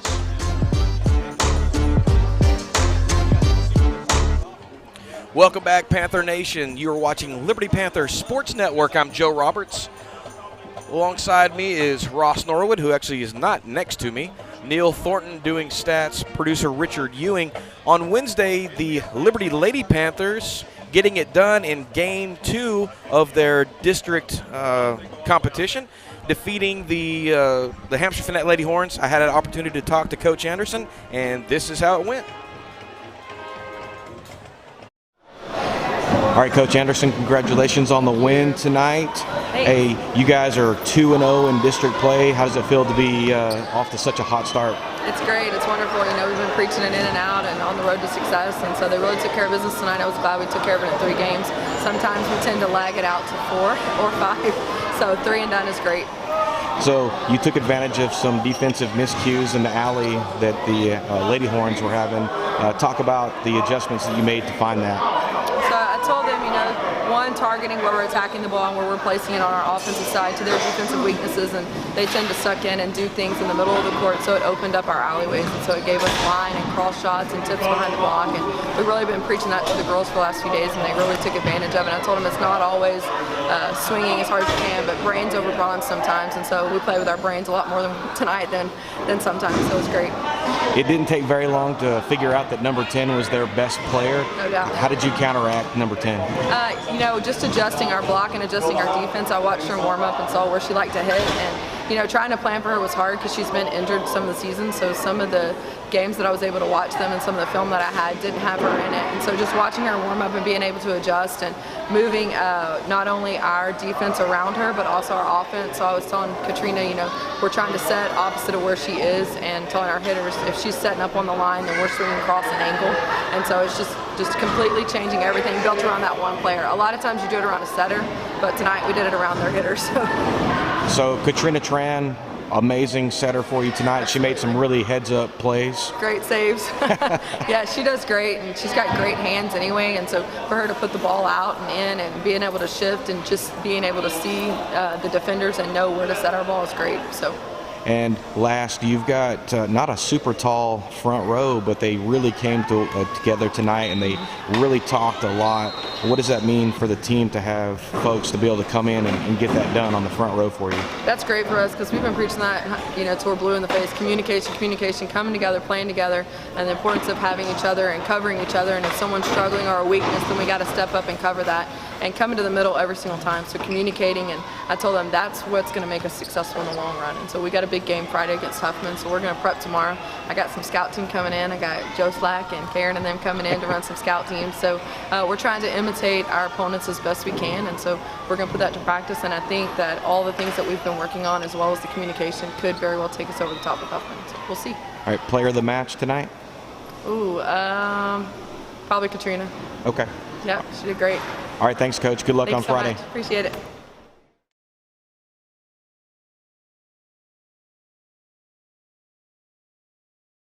Welcome back, Panther Nation. Joe Roberts, Ross Norwood, Neil Thornton, producer Richard Ewing. You're watching Liberty Panthers Sports Network, and always awesome to have multiple teams for the Liberty Panthers doing very well. Coach Justin Anderson in her first season as the head volleyball coach doing really, really well. And I'm waiting for an update on how they did tonight at Huffman, and I'll let you know as soon as I get that update. Neil, break us down stat-wise. 143 total yards of offense from Liberty on 20 plays from scrimmage. They were penalized, like we said before, net of 12 yards, penalized twice for a net of 12 yards. Scored twice, scored in the first quarter at 9-10. Walker goes in from 37 yards out on a long 37-yard slant run. The two-point conversion was the PAT was no good, and it was 6-0 at 9-10. Very next possession, Shepherd comes back on a long 60-yard 13-play drive. Stevens goes in from the 16 on a run. Their two-point conversion was good, and they led 8-6. Then we get the ball back on our next possession. Liberty does. Goes 75 yards on, 75 yards on 8 plays. Goodall goes in on a 75-yard pass and run from Caden Nolan. The two-point conversion was good, and we're ahead 14-8 at halftime. On the offensive side for Shepherd, they had only 66 yards of total offense on 22 offensive plays, 0 for 2 passing. But their big statistic was 45 yards of penalties. And 45 yards of penalties is a drive. You give up 45 yards and a half, you've given up a drive. So they need to clean things up if they're going to stay competitive in this game.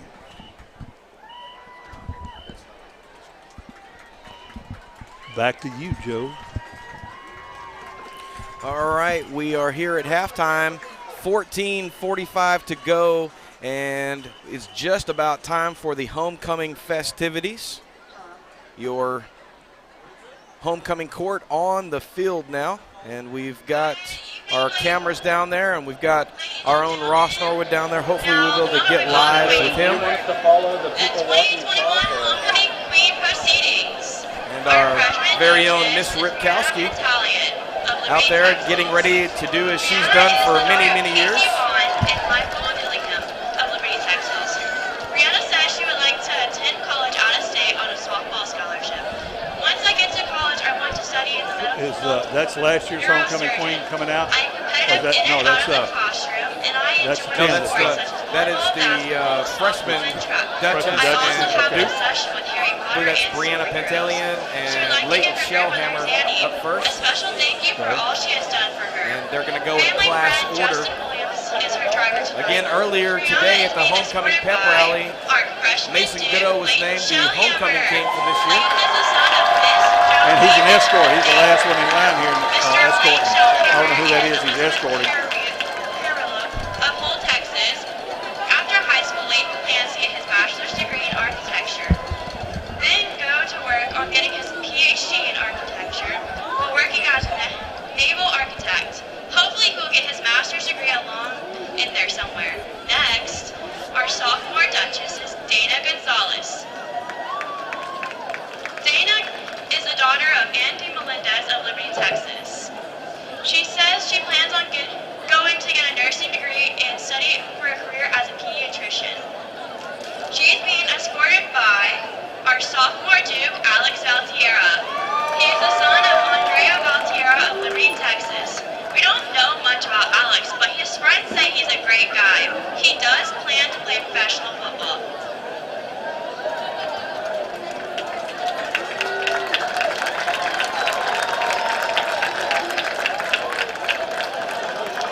Next, our junior Duchess is Miss Kayla Dawson. She is the daughter of Charles and Jacqueline Dawson of Liberty, Texas. Kayla is currently enrolled in dual credit cosmetology at Lee College, and when she graduates high school, she will have her cosmetology license, which she plans to utilize after high school while she's attending college to pursue a career in the medical field and become a registered nurse. Kayla loves hanging out with family, friends, and making new memories. Kayla is riding in a BMW X7 convertible, driven by her dad, Charles Dawson. Kayla is being escorted by our junior Duke, Mr. Manuel Freeman. They said they were getting driven? Manny is the son of Frederick and Tanya of Braywood, Texas. He plans to attend college and pursue a degree in mechanical engineering. You can normally catch Manny on the football field on Friday nights. He loves to play football, basketball, and run track. He likes to hang out with friends, go fishing, and take care of his show animals.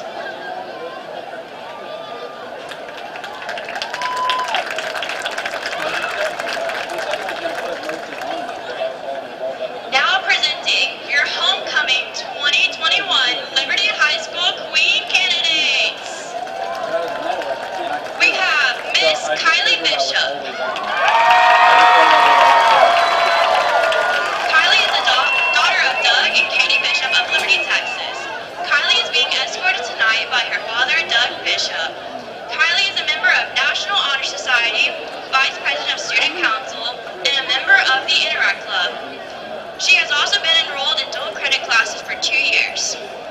She currently plays for the Lady Panther varsity volleyball team and has been on the varsity softball team all 4 years of high school, including last year, where she was the second baseman for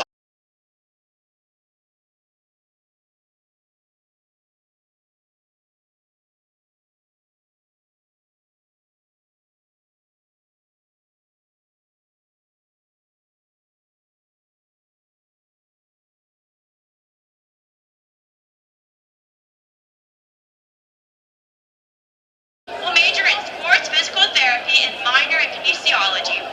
Her career and vision is one day to be able to give others the care and support she has received at Liberty High School. She would also like to thank her fellow classmates who voted for her. She is humble and grateful for this experience. Kylie wants to be sure to thank her family, especially her mom, dad, and brother for their undying love and support.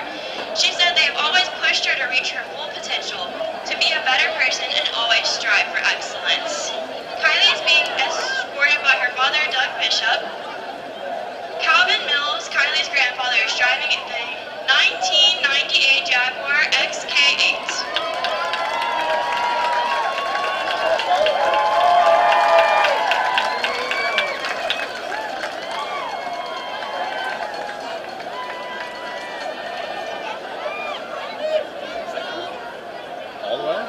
Next we have Miss Michelle Hamilton.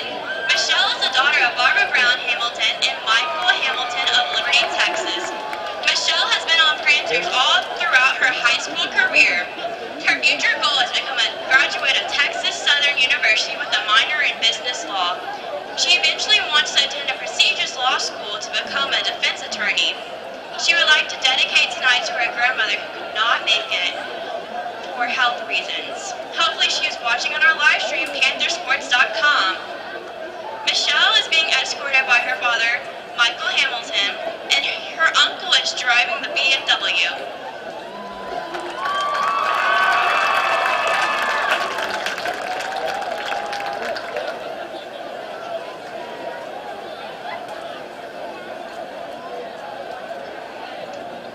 Now we have Kennedy Mumphrey. Kennedy is the daughter of Rhonda Simmons of Liberty, Texas, and the late Kenneth Mumphrey of Liberty, Lufkin, Texas. Kennedy has spent 4 years being a high school cheerleader, 3 years on varsity, and is spending this year as varsity cheer captain. She is a member of LHS-AV, Student Council, Interact Club, and a member of an amazing theater program at Liberty High School. She spends her free time hanging out with her gal pals and all of her best friends, thinking about Michael B. Jordan, and listening to Megan Thee Stallion and living life to the fullest. Kennedy plans on attending the University of Texas Hook 'em Horns with a major in political science and a minor in education. She wants to then become a high school teacher as she attends TSU to pursue a law degree. Her goal in life is to inspire little girls that look like her, that are capable of anything they put their minds to, and shoot for the stars. Kennedy wants to dedicate this honor to her father, who recently passed this summer. She says she knows his spirit is with her tonight, and he will always be her favorite cowboy. Kennedy wants to say thank you to everyone who voted for her. As well, she wanted to give a special thanks to the village it took to raise her for all their love and support. Her favorite teachers for always being an inspiration and making her laugh, and a special thanks to all of her friends who have supported her this past year. And finally, she wanted to give a special shout out to her amazing mother, who wanted to be recognized for all that she has done to give her the life she has. Kennedy is being escorted by her brothers, Devontae and Rico, while she is holding a photo of her dad, Kenneth Mumphrey, who is walking with her in spirit this evening. Her mother, Rhonda Simmons, is driving the 2021 Mercedes convertible.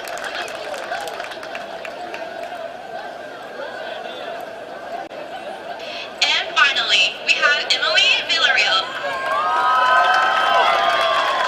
Emily is the daughter of Hector and Cynthia Villarreal of Liberty, Texas. She has been on the varsity volleyball team for all 4 years of high school and is currently a senior captain.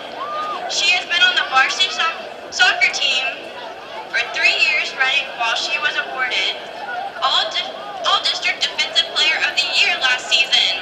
Sports have played a huge role in Emily's exceptional high school experience, where she has been coached and mentored by so many great people who have made her the leader she is today. Emily plans on attending Texas State University, majoring in sports physical therapy with a minor in kinesiology. She would also like to thank Michael Pope, our Liberty Panthers sports trainer, for setting such a great example for her and giving her an inside look on the sports training on a daily basis. Emily would like to thank Coach Lack for being such a great mentor in her life and challenging her mentally and physically. She has instilled a great work ethic and will carry on into Emily's future. Emily would like to acknowledge her friends for their constant support and encouragement. She would also like to commend her family for always pushing her to be the best version of herself, especially her older sister for setting such a great example, as well as her older brother for always looking out for her and steering her in the right direction. Lastly, Emily would like to thank everyone who voted for her and made this opportunity possible. Emily is being escorted by her father, Hector Villarreal, in the 1967 Chevrolet C10, is being driven by her grandfather, Hector Villarreal Sr.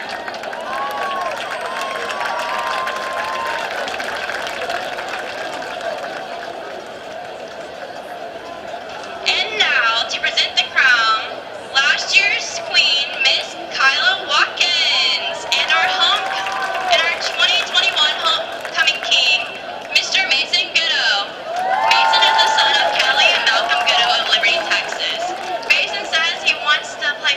High School, and he's looking forward to busting a move at the homecoming dance tomorrow night. And now, the moment everyone has been waiting for. May I have the envelope, please?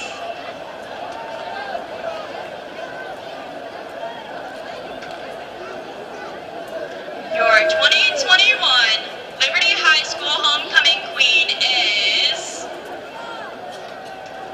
Kennedy Montgomery.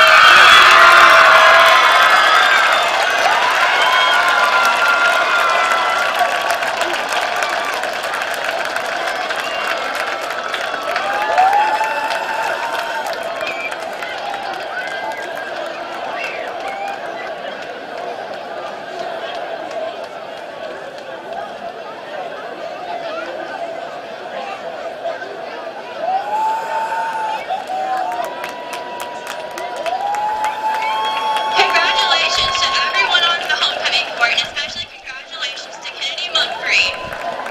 All right, Panther Nation, you heard it here. The homecoming queen for this year, senior Kennedy Mumphrey. All right, how about that? Congratulations to that young lady. Nice honor for her to get. She's one of my babies in the theater program. Also the captain for the cheerleading squad this year under the direction of Felicia Davis. Again, your 2021-2022 homecoming queen, Kennedy Mumphrey, alongside the homecoming king this year, Mason Goodall. Congratulations to those young folks. Tomorrow, we'll be having the homecoming dance at the Liberty High School. I'm sure a lot of people are looking forward to that. That's going to do it for the halftime festivities. About 1:42 left to go before we kick back off for the second half. Your Liberty Panthers leading 14-8, getting ready to receive the kickoff. Both teams warming up now. Panthers coming off the field. They were the line escorts for the homecoming court this year. Panthers doing a pretty darn good job. All right, we got a special guest here to wrap up halftime. I had to send for him. Federal Express brought him all the way down from the Beehive State, Utah. My very own brother, Tracy J. Roberts, Esquire. Oh, you're not an Esquire, though. No, sir. No, sir. Wow, it's such a pleasure to. It's such a pleasure to be. You just keep on talking, baby. All right. To be here on a Friday night, and man, when I'm growing up, one of the things that you have to do on a Friday night is you better be at the football stadium. That's right. Empty the town, be at the stadium on Friday night. And when I was growing up, it never was said, but everybody just understood that on Friday night in the fall, you were at the football field, but you better have your butt in the pew on Sunday morning, no matter what you did on Saturday night. So wow, it's just a pleasure to be here and to see that America is still great and good. I was just loving the people aren't afraid to say a prayer before the football game, and they're not afraid to stand up for the national anthem and do the right thing. Wow. Yeah, love it here down in the southern part of East Texas. Liberty Panthers on the field now. Clock's back to 12. Well, actually, it says 28 because it hadn't been reset.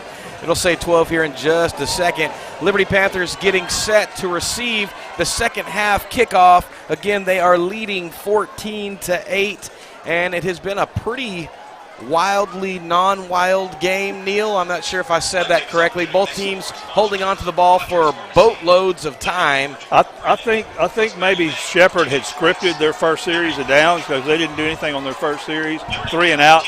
But then it got to be a pretty good contest after that, back and forth, 3 possessions in a row coming out in scores. Liberty taking the first one, Shepherd the second one, and Liberty the third possession. So it's going to get to be a contest here. Liberty take the ball here and go down the field and score, and they can control the game. If they give the ball back 3 and out or without going down and scoring, it's going to be a dogfight to the end. All right, at various points you may see the sideline camera picking up the homecoming court coming around. Deep kickoff fielded at the 11, clean by Fontenot, and finally getting rocked at about the 20-yard line, and that was going to be about a 9-yard return on the kickoff. Going to start on going to give them the 21-yard line there. Liberty Panthers going to have 1st and 10. 11:54 to go here in the third quarter. And the Panthers going to start out this second half with the ball. And I'm assuming they're going to pick up where they left off. They look pretty good offensively. Not doing too much out of the norm for a Liberty Panther football team coached by Chad Taylor. And I'm expecting we're going to see more of that. Nolan under center for the Panthers. Going to be tossed to, can't tell if that's Goodall. Walker. Oh, is that Walker? Okay, yeah. Walker going to take the ball over the right-hand side. Going to pick up about a yard or 2. And that's going to bring up 2nd down and 8. Looks like they're going to give him about 2 on that. And that's going to be the ball on the Panther 23-yard line, middle of the hash marks. Panthers working from right to left. Nice and easy, slow and steady does it for the Panthers. Known for ball control, and they're going to want to do a lot of that. Get another score there to give them a bit of a cushion here. Yeah, nice long 79-yard drive would be great. And going to toss the ball over the right-hand side, and the Pirate defense having none of it. They're going to stuff the runner after about a yard of carry. That's going to bring up 3rd down and 7 for the Liberty Panthers. In no sort of hurry to get the play away. Trying to milk as much clock as possible. Ball's going to be on the Panther 34-yard line, far hash mark. And Liberty doing what they do best. A little bit here, a little bit there, and then occasionally sprinkle that in with big home run plays. 3rd and 7. Mason Goodall comes running off the field here. I think he may be trying to catch a cramp. And that's going to be a miscue in the backfield. Some miscommunication there, and the Panthers are going to lose the ball. The Pirates are going to jump on that, and they are going to take over on the fumble, and they're going to have very advantageous field position deep in Panther territory as they're going to take over at the Panther 22-yard line. Yep, 22-yard line and middle of the hash marks, and that is not what the Panthers wanted to do to start the second half. 10:19 to go here in the third quarter. Now the Panthers suddenly finding themselves on defense. Number 1 in the shotgun for them in this little flex bone offense. 2 in motion. Quarterback 1 going to keep it and going to get stuffed in the backfield. It's going to be about a yard loss on the carry. Going to bring up 2nd down, and Alex going to be about a 2-yard loss. 2nd down and about 12. Ball pushed back to the Panther 24-yard line, far hash marks, and now we're just under 10 minutes to go here. Your Liberty Panthers trying to right the ship after a little miscue there. I know you are loving to see some Friday Night Lights again, Tracy. I'm loving it just to be here on a Friday night in Southeast Texas. What a thrill. What a thrill. All right, and trying to get the ball up the middle with that little delayed handoff. Number 20 going to get back to the line of scrimmage and not much more. Panthers staying at home and sniffing that out very quickly. 3rd down and extremely long for the Pirates. Just about the 9:15 mark as the Liberty defense holding steady right now and trying to minimize the damage done with the fumble deep in their territory. Single coverage out here on this end. Watch the pass. All right, low snap, fielded cleanly, rolling out, tossing that ball, and nice coverage. And that's Very number 28, going to stick him right as the ball's making contact. Gavin Becker. Gavin Becker with a nice defensive coverage. Wasn't a bad throw by number 1. It's going to stop the clock. 4th down and long. 9:01 to go here in the third quarter. And this is kind of no man's land for a team. It's really not far enough to punt, and really probably out of most people's field goal range if you don't have a nice kicker. So they're going to go for it here. Not much to lose by going for it at this point.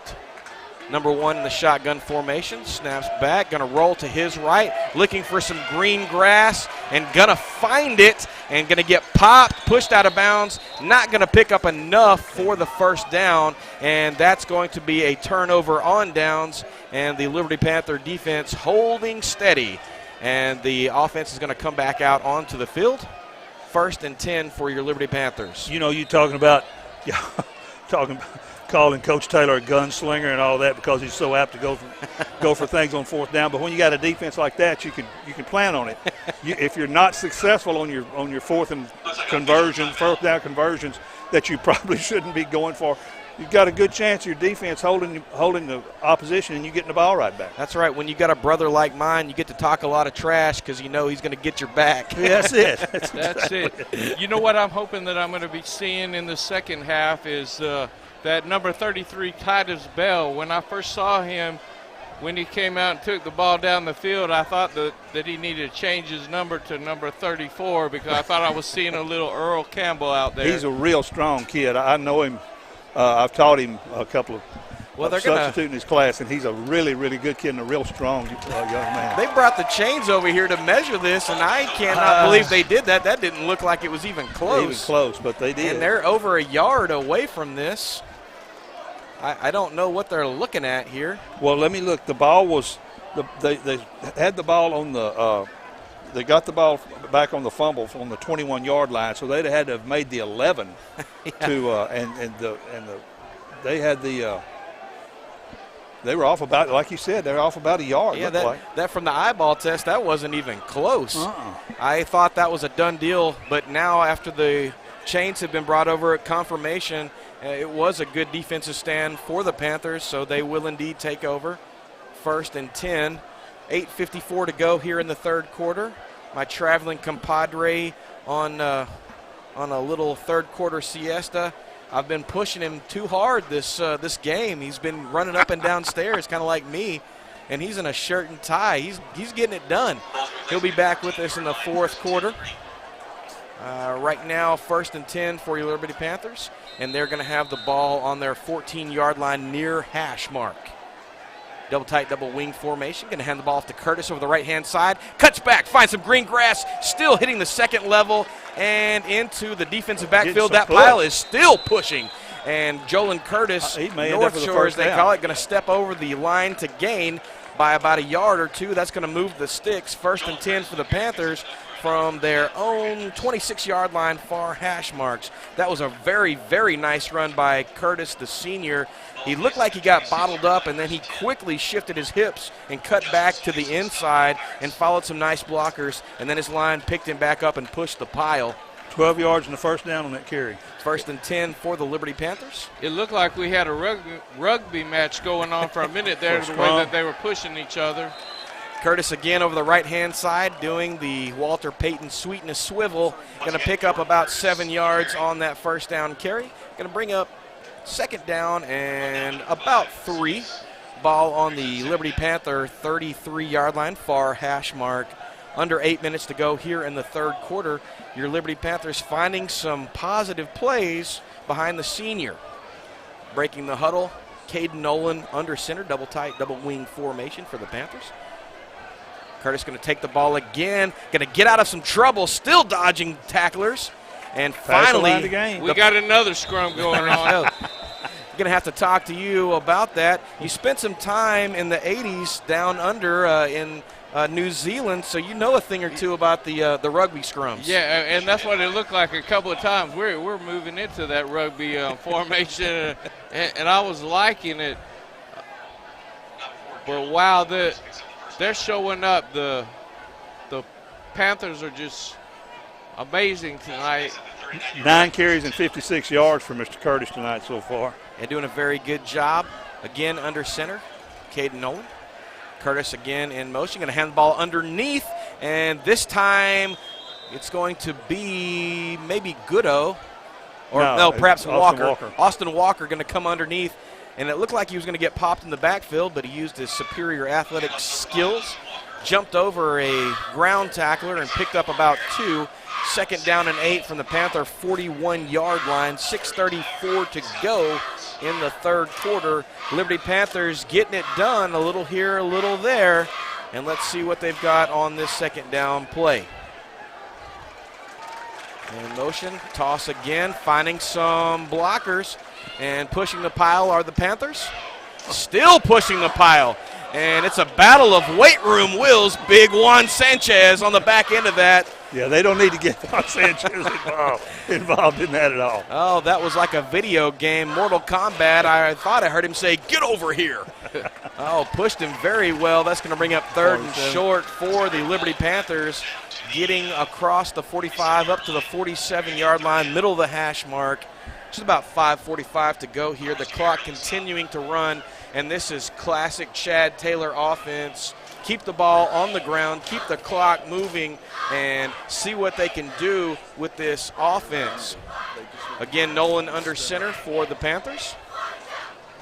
I'm going to hand the ball off to the fullback up the middle, and not going to pick up much. In fact, going to get back to the original, or to the line of scrimmage. Coming up 4th down and about 2 for the Panthers. Not getting anywhere really, but more importantly, continuing to push that clock. And I know the Panthers would like to put a score across the goal line because that would give them some breathing room. Both teams not really flashing the pass, trying to be a ball control offense. Good for me. That means I'll get home early tonight. Going to get up in the morning and head over to Anahuac. Liberty Panther cross-country teams competing in the Anahuac Invitational tomorrow. Jolin Curtis on the right-hand side. Oh, slip. He's going to slip and not going to pick up the first down. And so the Panther defense, or the Pirate defense, going to hold, and that's going to be a turnover on downs. And the Pirates will start 1st and 10 from the Panther 47-yard line. Well, they milked a lot of clock and don't have much to show for it, Neil. Well, they still got a lead. Well, they do have a lead. You're right about that. As long as you got the lead and the clock's running, they're playing against 13 people, against 12 people. All right, Pirates breaking the huddle, number 1 in the shotgun formation in this little flex bone that they're running. Going to hand the ball off to 22. And he's going to slip a little bit, and he's going to get popped in the backfield for about a yard loss. 2nd down and 11. One of the things that I failed to mention last week, Neil, in my haste to get up and down stairs and all over the place, the Panther cross-country team having a successful run down at Texas City.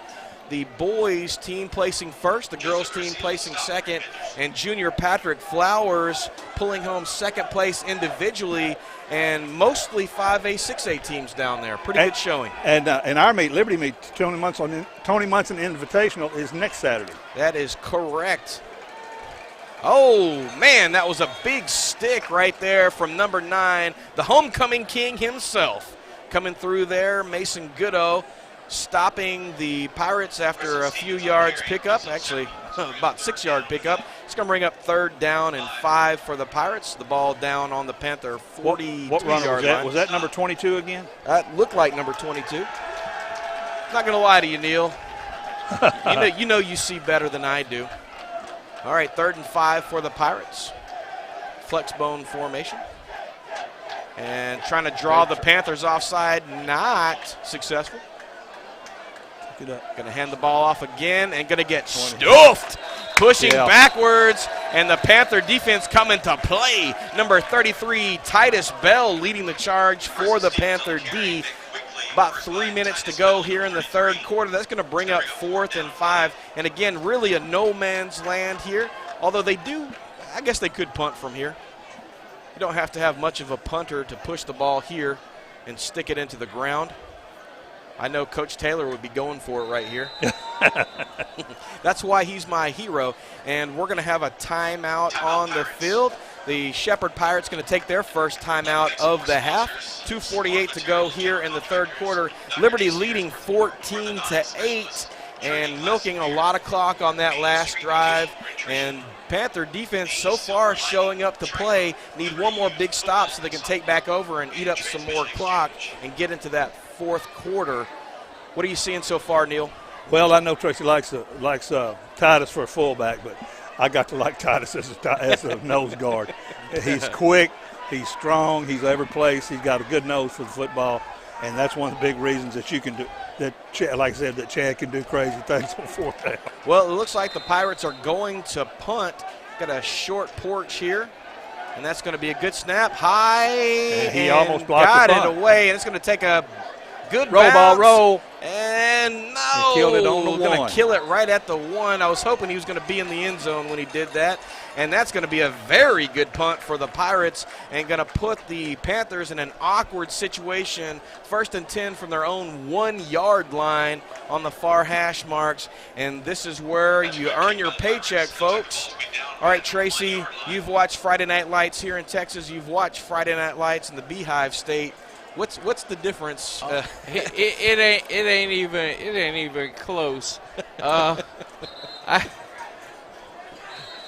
It's not even close. I'm just watching some of these Panthers out there, and you got some overachievers on this team where they're playing both sides of the ball, and some of the key players. I'm just watching them.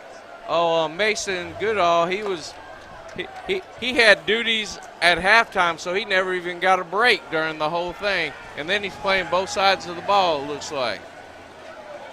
And that's going to be a toss in the backfield, and that's going to be a safety. Was not able to get back there, and not too bad. Going to give up 2 points, 14-10. But the unfortunate thing is now the Panthers are going to have to kick the ball back to the Pirates. So I'm not sure if that's what they wanted. I think there may have been a missed blocking assignment out there. There were a bunch of Pirates in the backfield waiting. Again, no lead change. Going to eat into that lead. 14-10, 4-point lead. And the unfortunate thing now is the Panthers have to kick the ball to the Pirates. And 2:34 to go here in the third quarter. We're seeing sort of a back and forth. We saw this last week, a lot of scoring in the second quarter, and then it was a back and forth affair in the second half as the Panthers held off the Lumberjacks to go to 2-1, and it seems like it's shaping up to be another one of those back and forth battles in this contest. Liberty Panthers doing a lot of great stuff offensively and have stalled out a couple of times after picking up some big yards and eating some big-time clock. They're going to be kicking the ball from their own, looks like 20-yard line. That's what you get it from 20.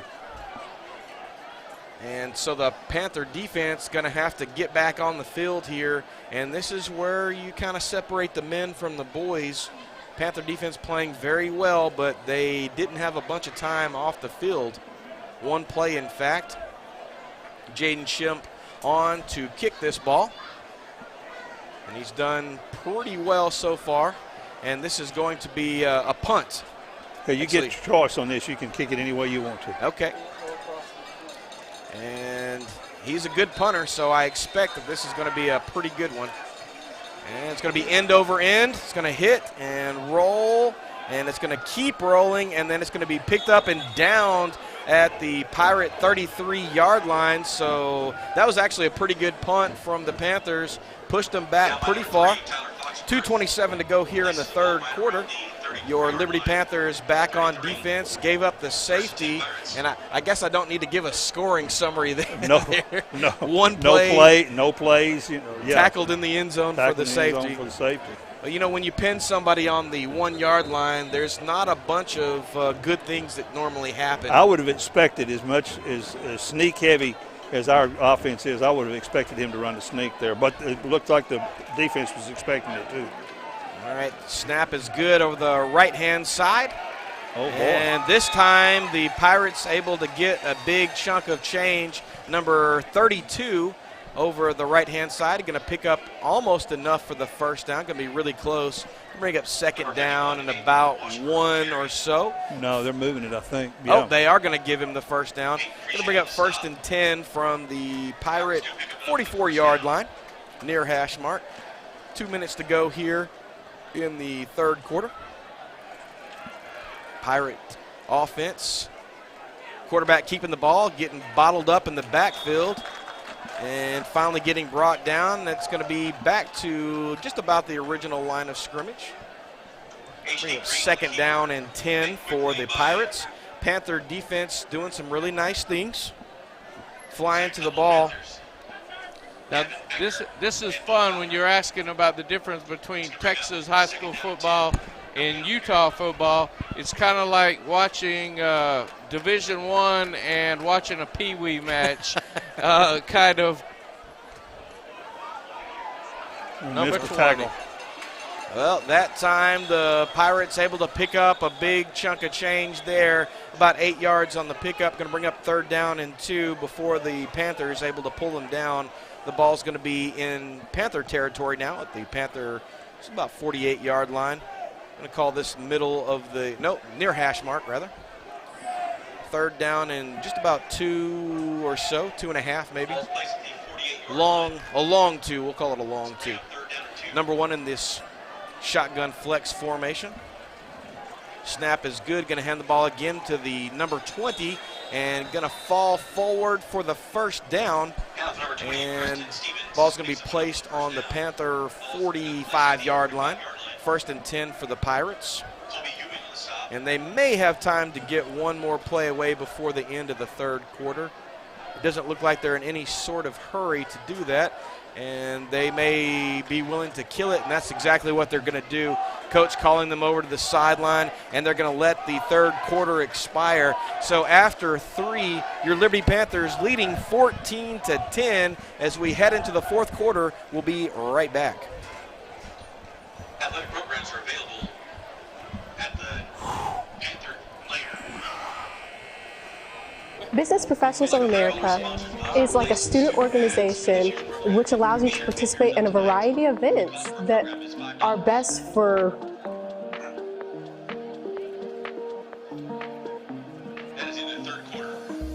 Hi, my name is Eve White, and last year I made it to the national level for Business Professionals of America. Business Professionals of America is a student organization that allows you to compete in a number of events that are best for the kind of things that you enjoy. There are speaking events, computer events, and all other kinds of events. I participated in BPA for every year since I was a freshman. I'm now a senior, and I'm really excited for the upcoming year. Even when you don't place, Business Professionals of America can be a really fun organization. Go Panthers.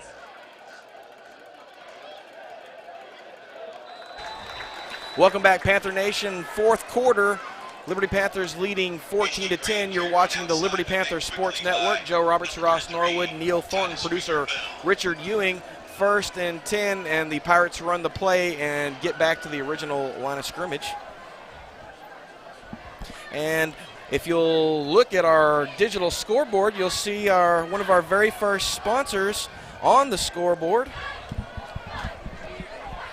Sorry, my eyesight is failing me. It'd be Emily Cook doing a great job helping us out here. Thank you, Miss Cook. Pirates running the play over the right-hand side and getting busted for about 1. It's coming up 3rd down and 9. Sorry, my glasses are starting to fog. Same here. So not only am I blind, but I'm blind with fog. Yeah, I actually went to the eye doctor this week, and they told me, yes, your prescription is changing. I said, what about LASIK? They said, you're too old. Well, you're a man of a certain age is what you are. 3rd down and 9 for the Pirates. Going to be handoff to the left-hand side. Going to find no running room, and that's going to be number 2. Number 5, Austin Walker. Make the tackle. Coming through with the big stick. And going to get him at the line of scrimmage. 4th down and 9. Super exciting play for the Panthers. I feel like I'm alliterating a lot tonight. All right, let's see what the Pirates are going to do. I don't think they're going to punt. Going to go for this. They may try to do some trickeration. Well, 5 yards won't give them the 1st down, so let's see. Oh, let's hope there's no flag and nothing. Okay, I was hoping that they weren't going to call their feet for getting caught up together, and that's going to fall harmlessly over the receiver, and that's going to be a turnover on downs. Panther defense holding, Ross. Payne had the coverage there. An innocent little tie-up there, it just happened, and that ball was a little over the receiver, and that's why you're not going to see that flag. I think saying that ball's a little over the receiver is saying like I'm just a little bit away from Florida right now. Well, it ended up being a little further than I originally thought. I'm still getting my bearings. Well, I already said I can't see, so maybe that was Devers and not Florida. I don't know about that. Probably closer to Devers. Okay. 10:02 to go here, and Man, we love our producer, Richard Ewing. He's always doing cool stuff in the scenes. Again, we want to thank our sponsor, Ms. Cook, for the scoreboard sponsorship. Yards after contact. Yep, that was Jolyn Curtis on the carry over the right-hand side. Going to pick up maybe 2 yards. And we are going to have a Panther down. And that was Mr. Curtis. I don't know if that's a cramp or not. He I don't want to got speculate. bent over backwards, but he's not limping. No, he's not, but he's going to have to come off because the trainer came on. Right. Well, he's running okay now, so that may have been just a wind knocker. Yeah, and they came out of the gun there. We're going to get a timeout from Liberty here. Taking the timeout will allow him to stay in the contest. 2nd down and 8 for the Liberty Panthers as they are on their own 46-yard line, far hash marks. Panthers working left to right, 9:50 to go here in the 4th quarter, holding a 4-point lead. We saw this struggle back and forth last week, Ross, and it's turning into one of those things. Panthers really probably need to score again to really put this cushion, and I'm not going to say put the game to bed because you don't put a game like this to bed. You don't, Joe, but looking at the way Shepherd has run their offense on the times that they have thrown the ball, it has not been something that you would take into account as, oh my gosh, this is going to be a quick strike, like a Huffman. You know, they're not going to send all out. And so I think one more score definitely really goes a long way. Green is 0 for 4 passing tonight, so they haven't made any yards passing at all. And not a bunch of close ones either. No. I say a bunch. There were only 4. But yeah, most of them have been uncatchable. All right, only Panthers, one was a good pass down here and it got broken up. Panthers are spreading this field out. Low snap. Going to throw the ball away, and I'm not even sure Mason was expecting that pass. He was not, Joe. He was still trying to make his way down the field on that exchange, and all Nolan could do was just get rid of the ball. It was a bit dangerous as the back covering Mason. Well, that they say it's a bit dangerous to put your hand in the bear cage and feed them raw meat. He didn't get rid of it enough. He didn't put enough oomph on it and throw it to the coach. Staying in this spread formation, doubles to the left and right, and going to hand the ball off. Curtis up the middle, finding some running room and going to pick up enough for the 1st down. And we can see the method to the madness, spreading the field, trying to open up some running lanes. We know about Curtis's speed, but he had hands around his waist by the Shepherd defense at the hip of Caden Nolan, just kept moving, almost as if the guy was not there, and shook him pretty quick. Well, Ross, many of us are blessed with dancers' hips. When you have dancers' hips, you can do that sort of thing. Well, he did it. And no one's disputing me on that, and I love that. No comment. Okay. Spread formation, rolling to, we're going to slip down there, and that looked like a designed option out of the spread formation. And this middle of the field here, middle of the tarmac, is the sod out there is not too steady. Well, you got to remember we had 4.5 inches of rain on Tuesday when the little hurricane come through here. So, the field is in excellent shape considering that much rain. And 2 games were played yesterday by the junior high. So 2nd down and long for the Liberty Panthers. Lost about 2 on that, back to the 46-yard line of the Pirates.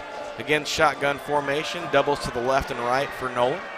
Going to be a low snap, going to hand the ball off to Curtis, and this time not able to get out of the hands of the Pirates, but able to get back to the line of scrimmage and bring up 3rd down and long again for the Panthers. The clock going to continue to roll, Ross. This time Elijah Wyatt for Shepherd was able to keep hold of Curtis, and Curtis did everything he could to shake him. So now 1 for 1 in that matchup between Wyatt and Curtis. Liberty Panthers trying some different things, opening up district play next week at Memorial Stadium. Going to be hosting the Hardin-Jefferson Hawks, I believe. Shotgun formation, snap is good, rolling out. Going to fire it, in and out of the hands of both a Panther and a Pirate. That's not the kind of dance partnership that you want normally. Austin Walker, the intended receiver, and it was just a little behind him. That's going to stop the clock, and Coach Taylor going to send out the punting unit, Jaden Shump, back to punt for the Panthers. When you go out of that shotgun formation, and it doesn't take very much for a snap to throw off some timing there, and then a good job by pressure from Shepard. And a nice knuckleball kick. And that's going to hit and take a Panther bounce. It's going to come to rest at the 10-yard line, and the Pirates will take over 1st and 10 from their own 10. Not quite the pinning that the Pirates did earlier. I cannot stop alliterating.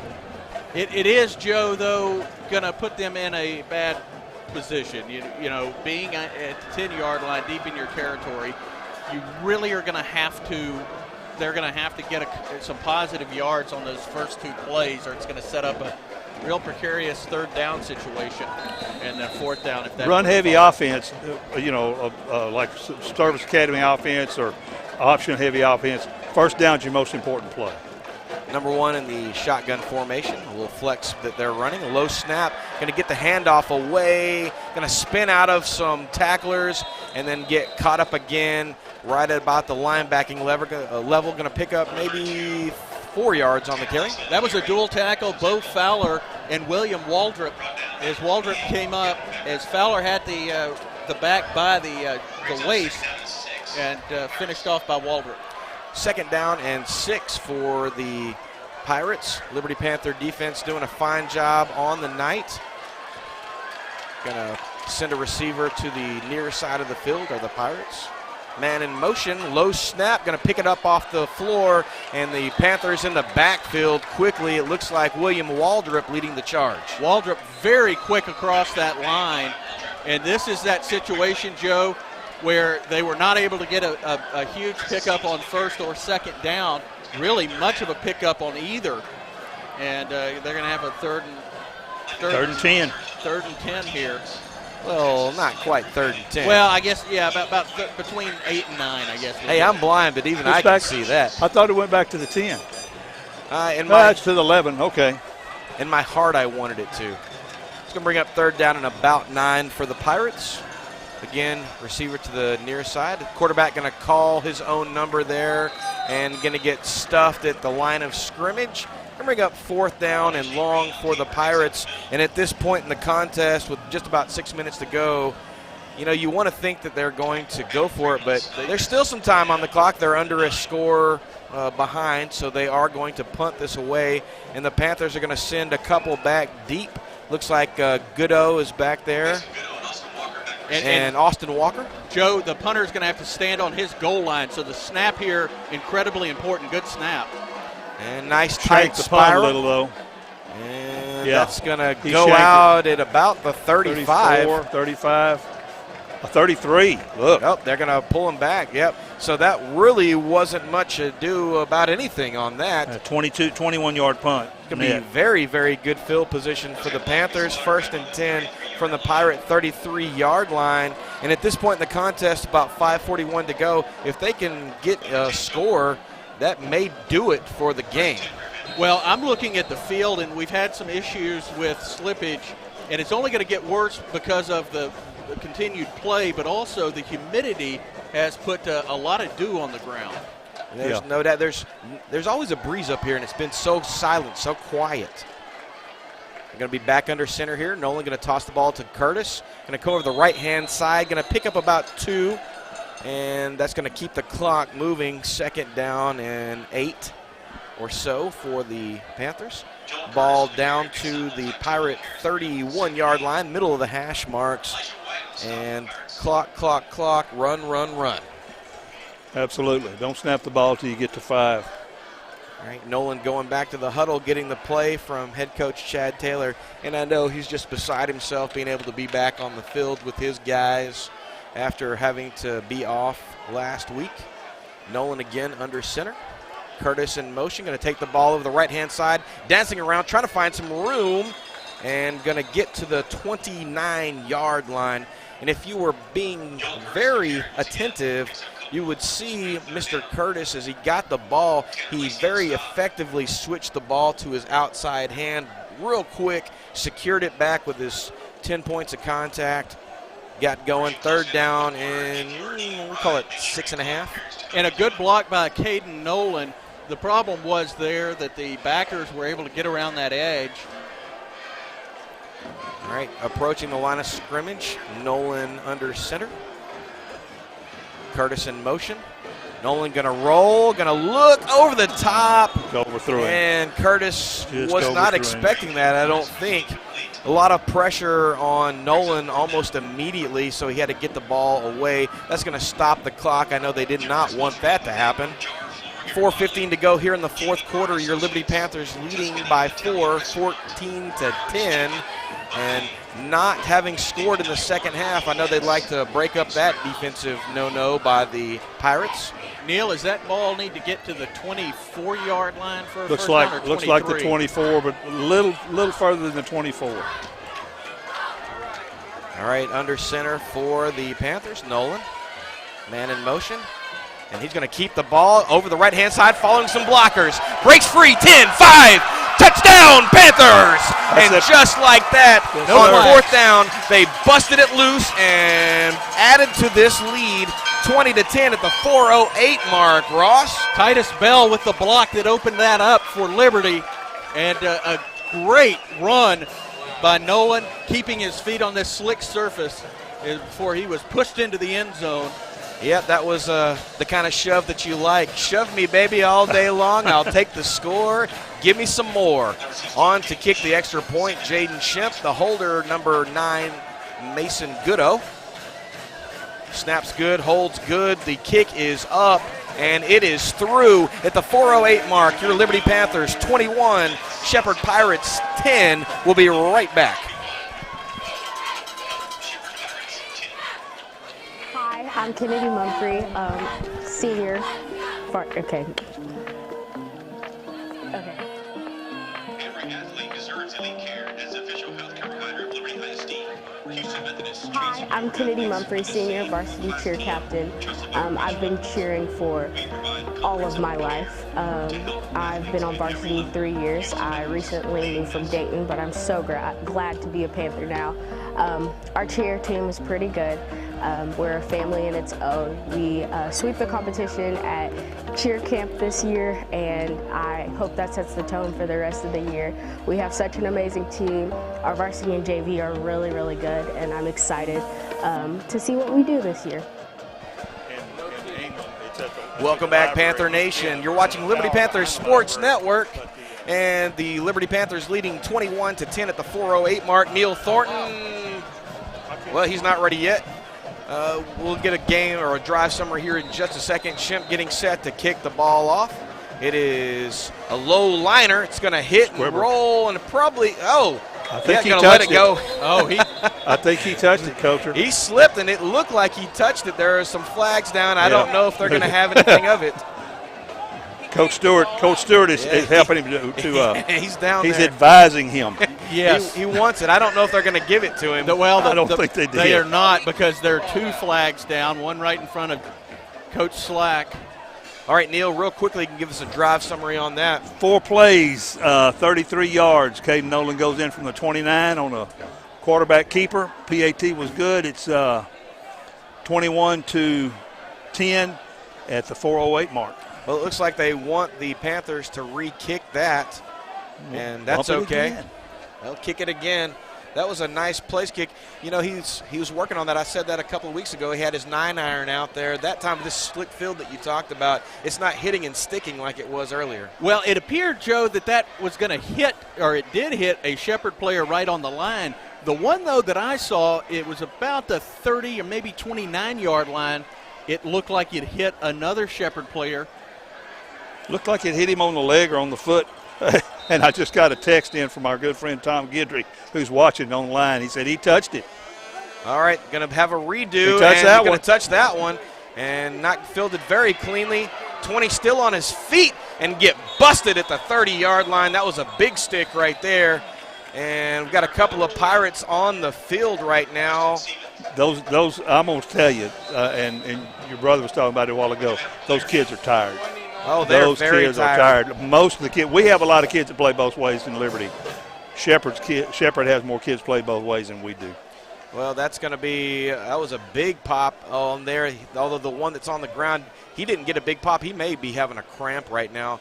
It looks like they're working on that Mr. leg. Pope's down there, and that's exactly what Pushing it looks on like. that. I tell you, when you catch one of those cramps, it feels like you've been shot with a shotgun. It's not fun at all. Yeah, even a little bit. Well, I'm in the top physical shape that somebody can be. And coming up these, 3 flights of stairs this last time, I thought, you know what? What is that I feel? Luckily, it was not a cramp. You know, whenever I see you, I always think Arnold, but it's usually Palmer, not Schwarzenegger. If you look at the flags on the south end of the field, though, they're hanging straight down. Straight down. Humidity's got to be 95%. Oh, yeah, it's as dead as we've had any time that I've been here. There's nothing. It's also the most humid it's been probably in about 3 weeks. Oh, yeah, it's felt really good all week long, like really nice weather, and now today. Tonight. Yeah, until tonight. 3:59 to go here in the contest. Liberty Panthers leading 21-10. You are watching the Liberty Panthers Sports Network. I'm Joe Roberts alongside Ross Norwood, Neil Thornton on stats, producer Richard Ewing, and it's homecoming week. Liberty Panthers trying to wrap up this homecoming contest and move to 3-1 on the year. Quarterback number 1 going to get hit after picking up a few yards. And I keep calling him number 1. His name's actually Green. Is that correct? HD Green. HD Green. Mr. Heavy-duty Green. There we go. Picking up a few yards on that. Going to bring up 2nd down and 7. Ross. William Waldrop and Gavin Becker. Is it Gavin Becker? Yeah, it was Gavin Becker's in there. You've called his name a couple of times tonight and William Waldrop's name several times. All right, breaking the huddle, the Pirates. Mr. Green in the shotgun formation. Going to hand the ball off to number 2. Going to dance a little bit and going to get hit. Picked up 1. About 1 yard pickup. Oh, Panthers want that ball. Who's that over there coming through with the ball in his hand? Is that Mason? It is. And one thing, Joe, Neil, y'all were talking about it a minute ago. These guys on both sides of the ball are tired. I'm watching after that play how slowly those Shepherd offensive linemen are getting up. Watch when they go back to the huddle and their hands go on their hips. That gives it away. All right. Panthers barely getting off the field before that. And Green firing over the right-hand side. And wow! What a catch! And number 7. That was, I'm not going to call that Barnum and Bailey, but it was really close. Green showcasing an arm there, not completing any pass prior to that. And big pickup on that. It looked like that was going to fall incomplete. And the coverage there was tight. They got tangled up a little bit. And so if that, I kept looking for a flag. It was close. I don't think it was, and neither did the officials. 1st and 10 for the Pirates in Panther territory. Green going to call his own number and get busted in the backfield. Bo Fowler. I think that's the word of the day, busted. Busted. I think we're going to pick a new word every week. I've used that probably over my limit.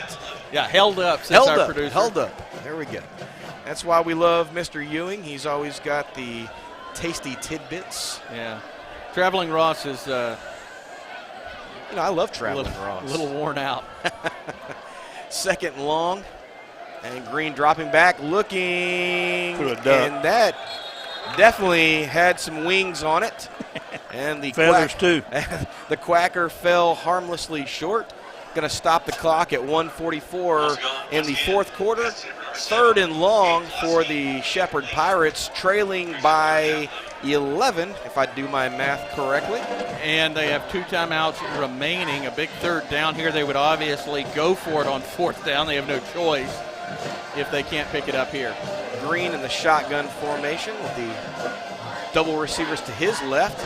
Going to look and almost took one in the chin. And Green having to get rid of that ball very quickly. That's going to bring up 4th and long for the Pirates. 1:41 to go here watching the Liberty Panthers Sports Network. We'll be back here again next week as your Liberty Panthers opening up district play, another 7:30 p.m. kickoff. You'll be able to find us again on the same link, PantherSportsWithAZ.com. Green in the shotgun formation. Back, unloading, and that's going to hit and come into his hands, but they may. Nope, they're going to call. There we go. It incomplete. Yeah, and something interesting there is that probably should have been offensive pass interference. Right before the attempted catch, the receiver shoved the cover guy off. Well, at any rate, as our good friend Bill Buchanan would say quite often, it doesn't matter. It's 1st and 10, turnover on downs. Liberty Panthers probably able to kneel this. I don't know that the Pirates are going to take any timeouts at this point. Yeah, with 2 scores 11. down. We'll see. Probably not worth their time. They may be able to victory formation this. We'll see what they do. Well, even if they do. Double wing. And that's Bankhead with the ball over the right-hand side, trying to bust loose and loses the ball, but looks like he may have got it back. He did. Well, he was off to the races had he not dropped that ball. Victor Ruiz with a good block there. Bankhead going to pick up about 7 yards or 8 yards on that. Going to be 2nd down and 2. Ball on the Panther 40-yard line near hash mark. 1:34 to go in the 4th quarter. And now the clock starts. The official is going to have a chat with the white hat. And they're going to stop the clock while they're talking. Oh, they're going to have to put some time back on the clock there. Going to go back to 1:24. They didn't run enough. They didn't run enough time off. Okay, now they're going to start the clock. Nolan under center. And Ball's on the ground again. I think Shepard picked it up. And that's going to be a fumble, a bad exchange there. And the Pirates are going to take over at 1:10 mark. And the Panthers are going to have to fix that, Ross, before they start district play. They've had too many questionable exchanges there, and that's just not going to get it done in district competition with several Goliaths on their way. Well, not to make an excuse here, but I'm about to. Not to be mean, but. Yeah, no. If you talk about the exchange issues, and this is really the first time we've seen that, and with all of the dew, condensation, whatever you want to say, that ball, even after it's put down, is getting incredibly slick. Yeah. And with that humidity, the hands are staying slick. And I think that's going to be one of the bigger takeaways here. I think it's going to be more about the condition than the actual exchanges themselves. Well, and also you got to realize that All District Center, Seth Stearns is on the sidelines, and that's our I don't want to say second string center. No, Carter, almost said Cord Cutter, but Cord Carter has done a fantastic job coming in. He had to come in that Madisonville game after Seth was injured. Right. And, this is that first game where you've seen some issues. All right, Green in the shotgun. Double right receivers to his right. Going to throw one across the middle, and it's going to go in and out of the hands of the Panther defender. Going to stop the clock. That Landon Curry back there. He's a name that we don't really call a whole bunch. Nice to see that young fella getting some playing time. And the reason for me saying that I think it's more about the conditions, if you watch as this game has progressed, both teams have had issues. A lot of low snaps for Shepard as well. Yep. 1:07 to go here in the 4th quarter. Ball conditions got a lot to do with that, too. 2nd and 10 for the Pirates. Getting set and going to be passing the ball. It's going to be complete to number 2. Going to be hit immediately. Landon Curry and William Waldrop. And may not have picked up any on that. He didn't, but it's a completion. Well, they're going to give him a yard on that. We got 3rd down and 9 on the 1-yard pickup from the pass. Going to keep the clock moving. About 40 seconds to go here. And with a 2-score lead probably game over. Gonna have to play this out just to see. Gonna throw the ball up, and that's gonna fall incomplete. No laundry on the field. Gonna Great stop coverage. the clock at 29 seconds, Ross. Great coverage by Josh Payne. Yeah, another name that we don't hear too often.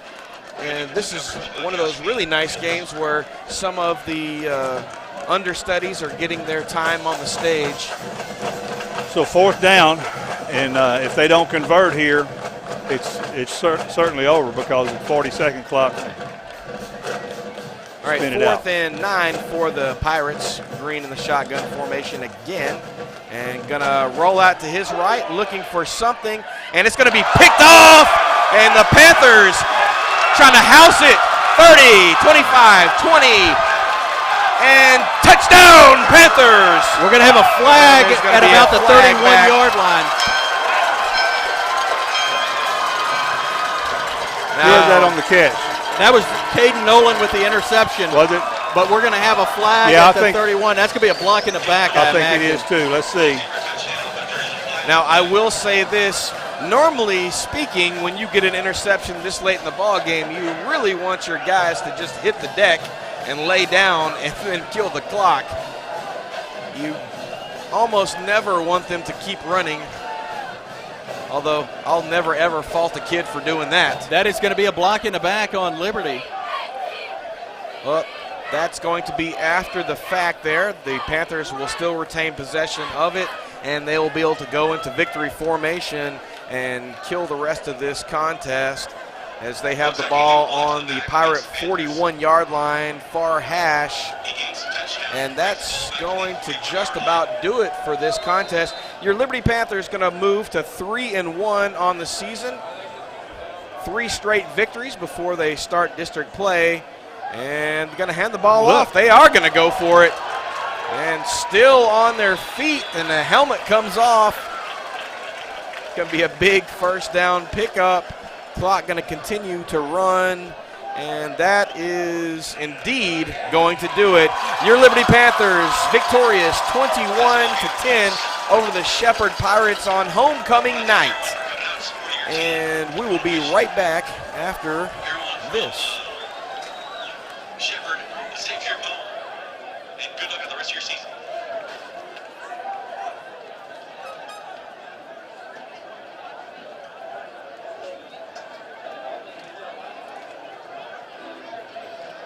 My name's Angel Reese, and I'm the varsity soccer captain. I've been playing this game for my whole life, as far as I can remember. This year, I'm really looking forward to it. We have a really solid team, and I know we can possibly win district champs, and I know we can with the hard work we've been putting in every single day. I have hope for my team, and in the end, it's all going to come, and it's going to all pay off in the end. But all we can do is hope. But go Panthers.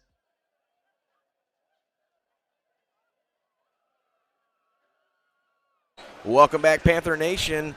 You are watching Liberty Panthers Sports Network.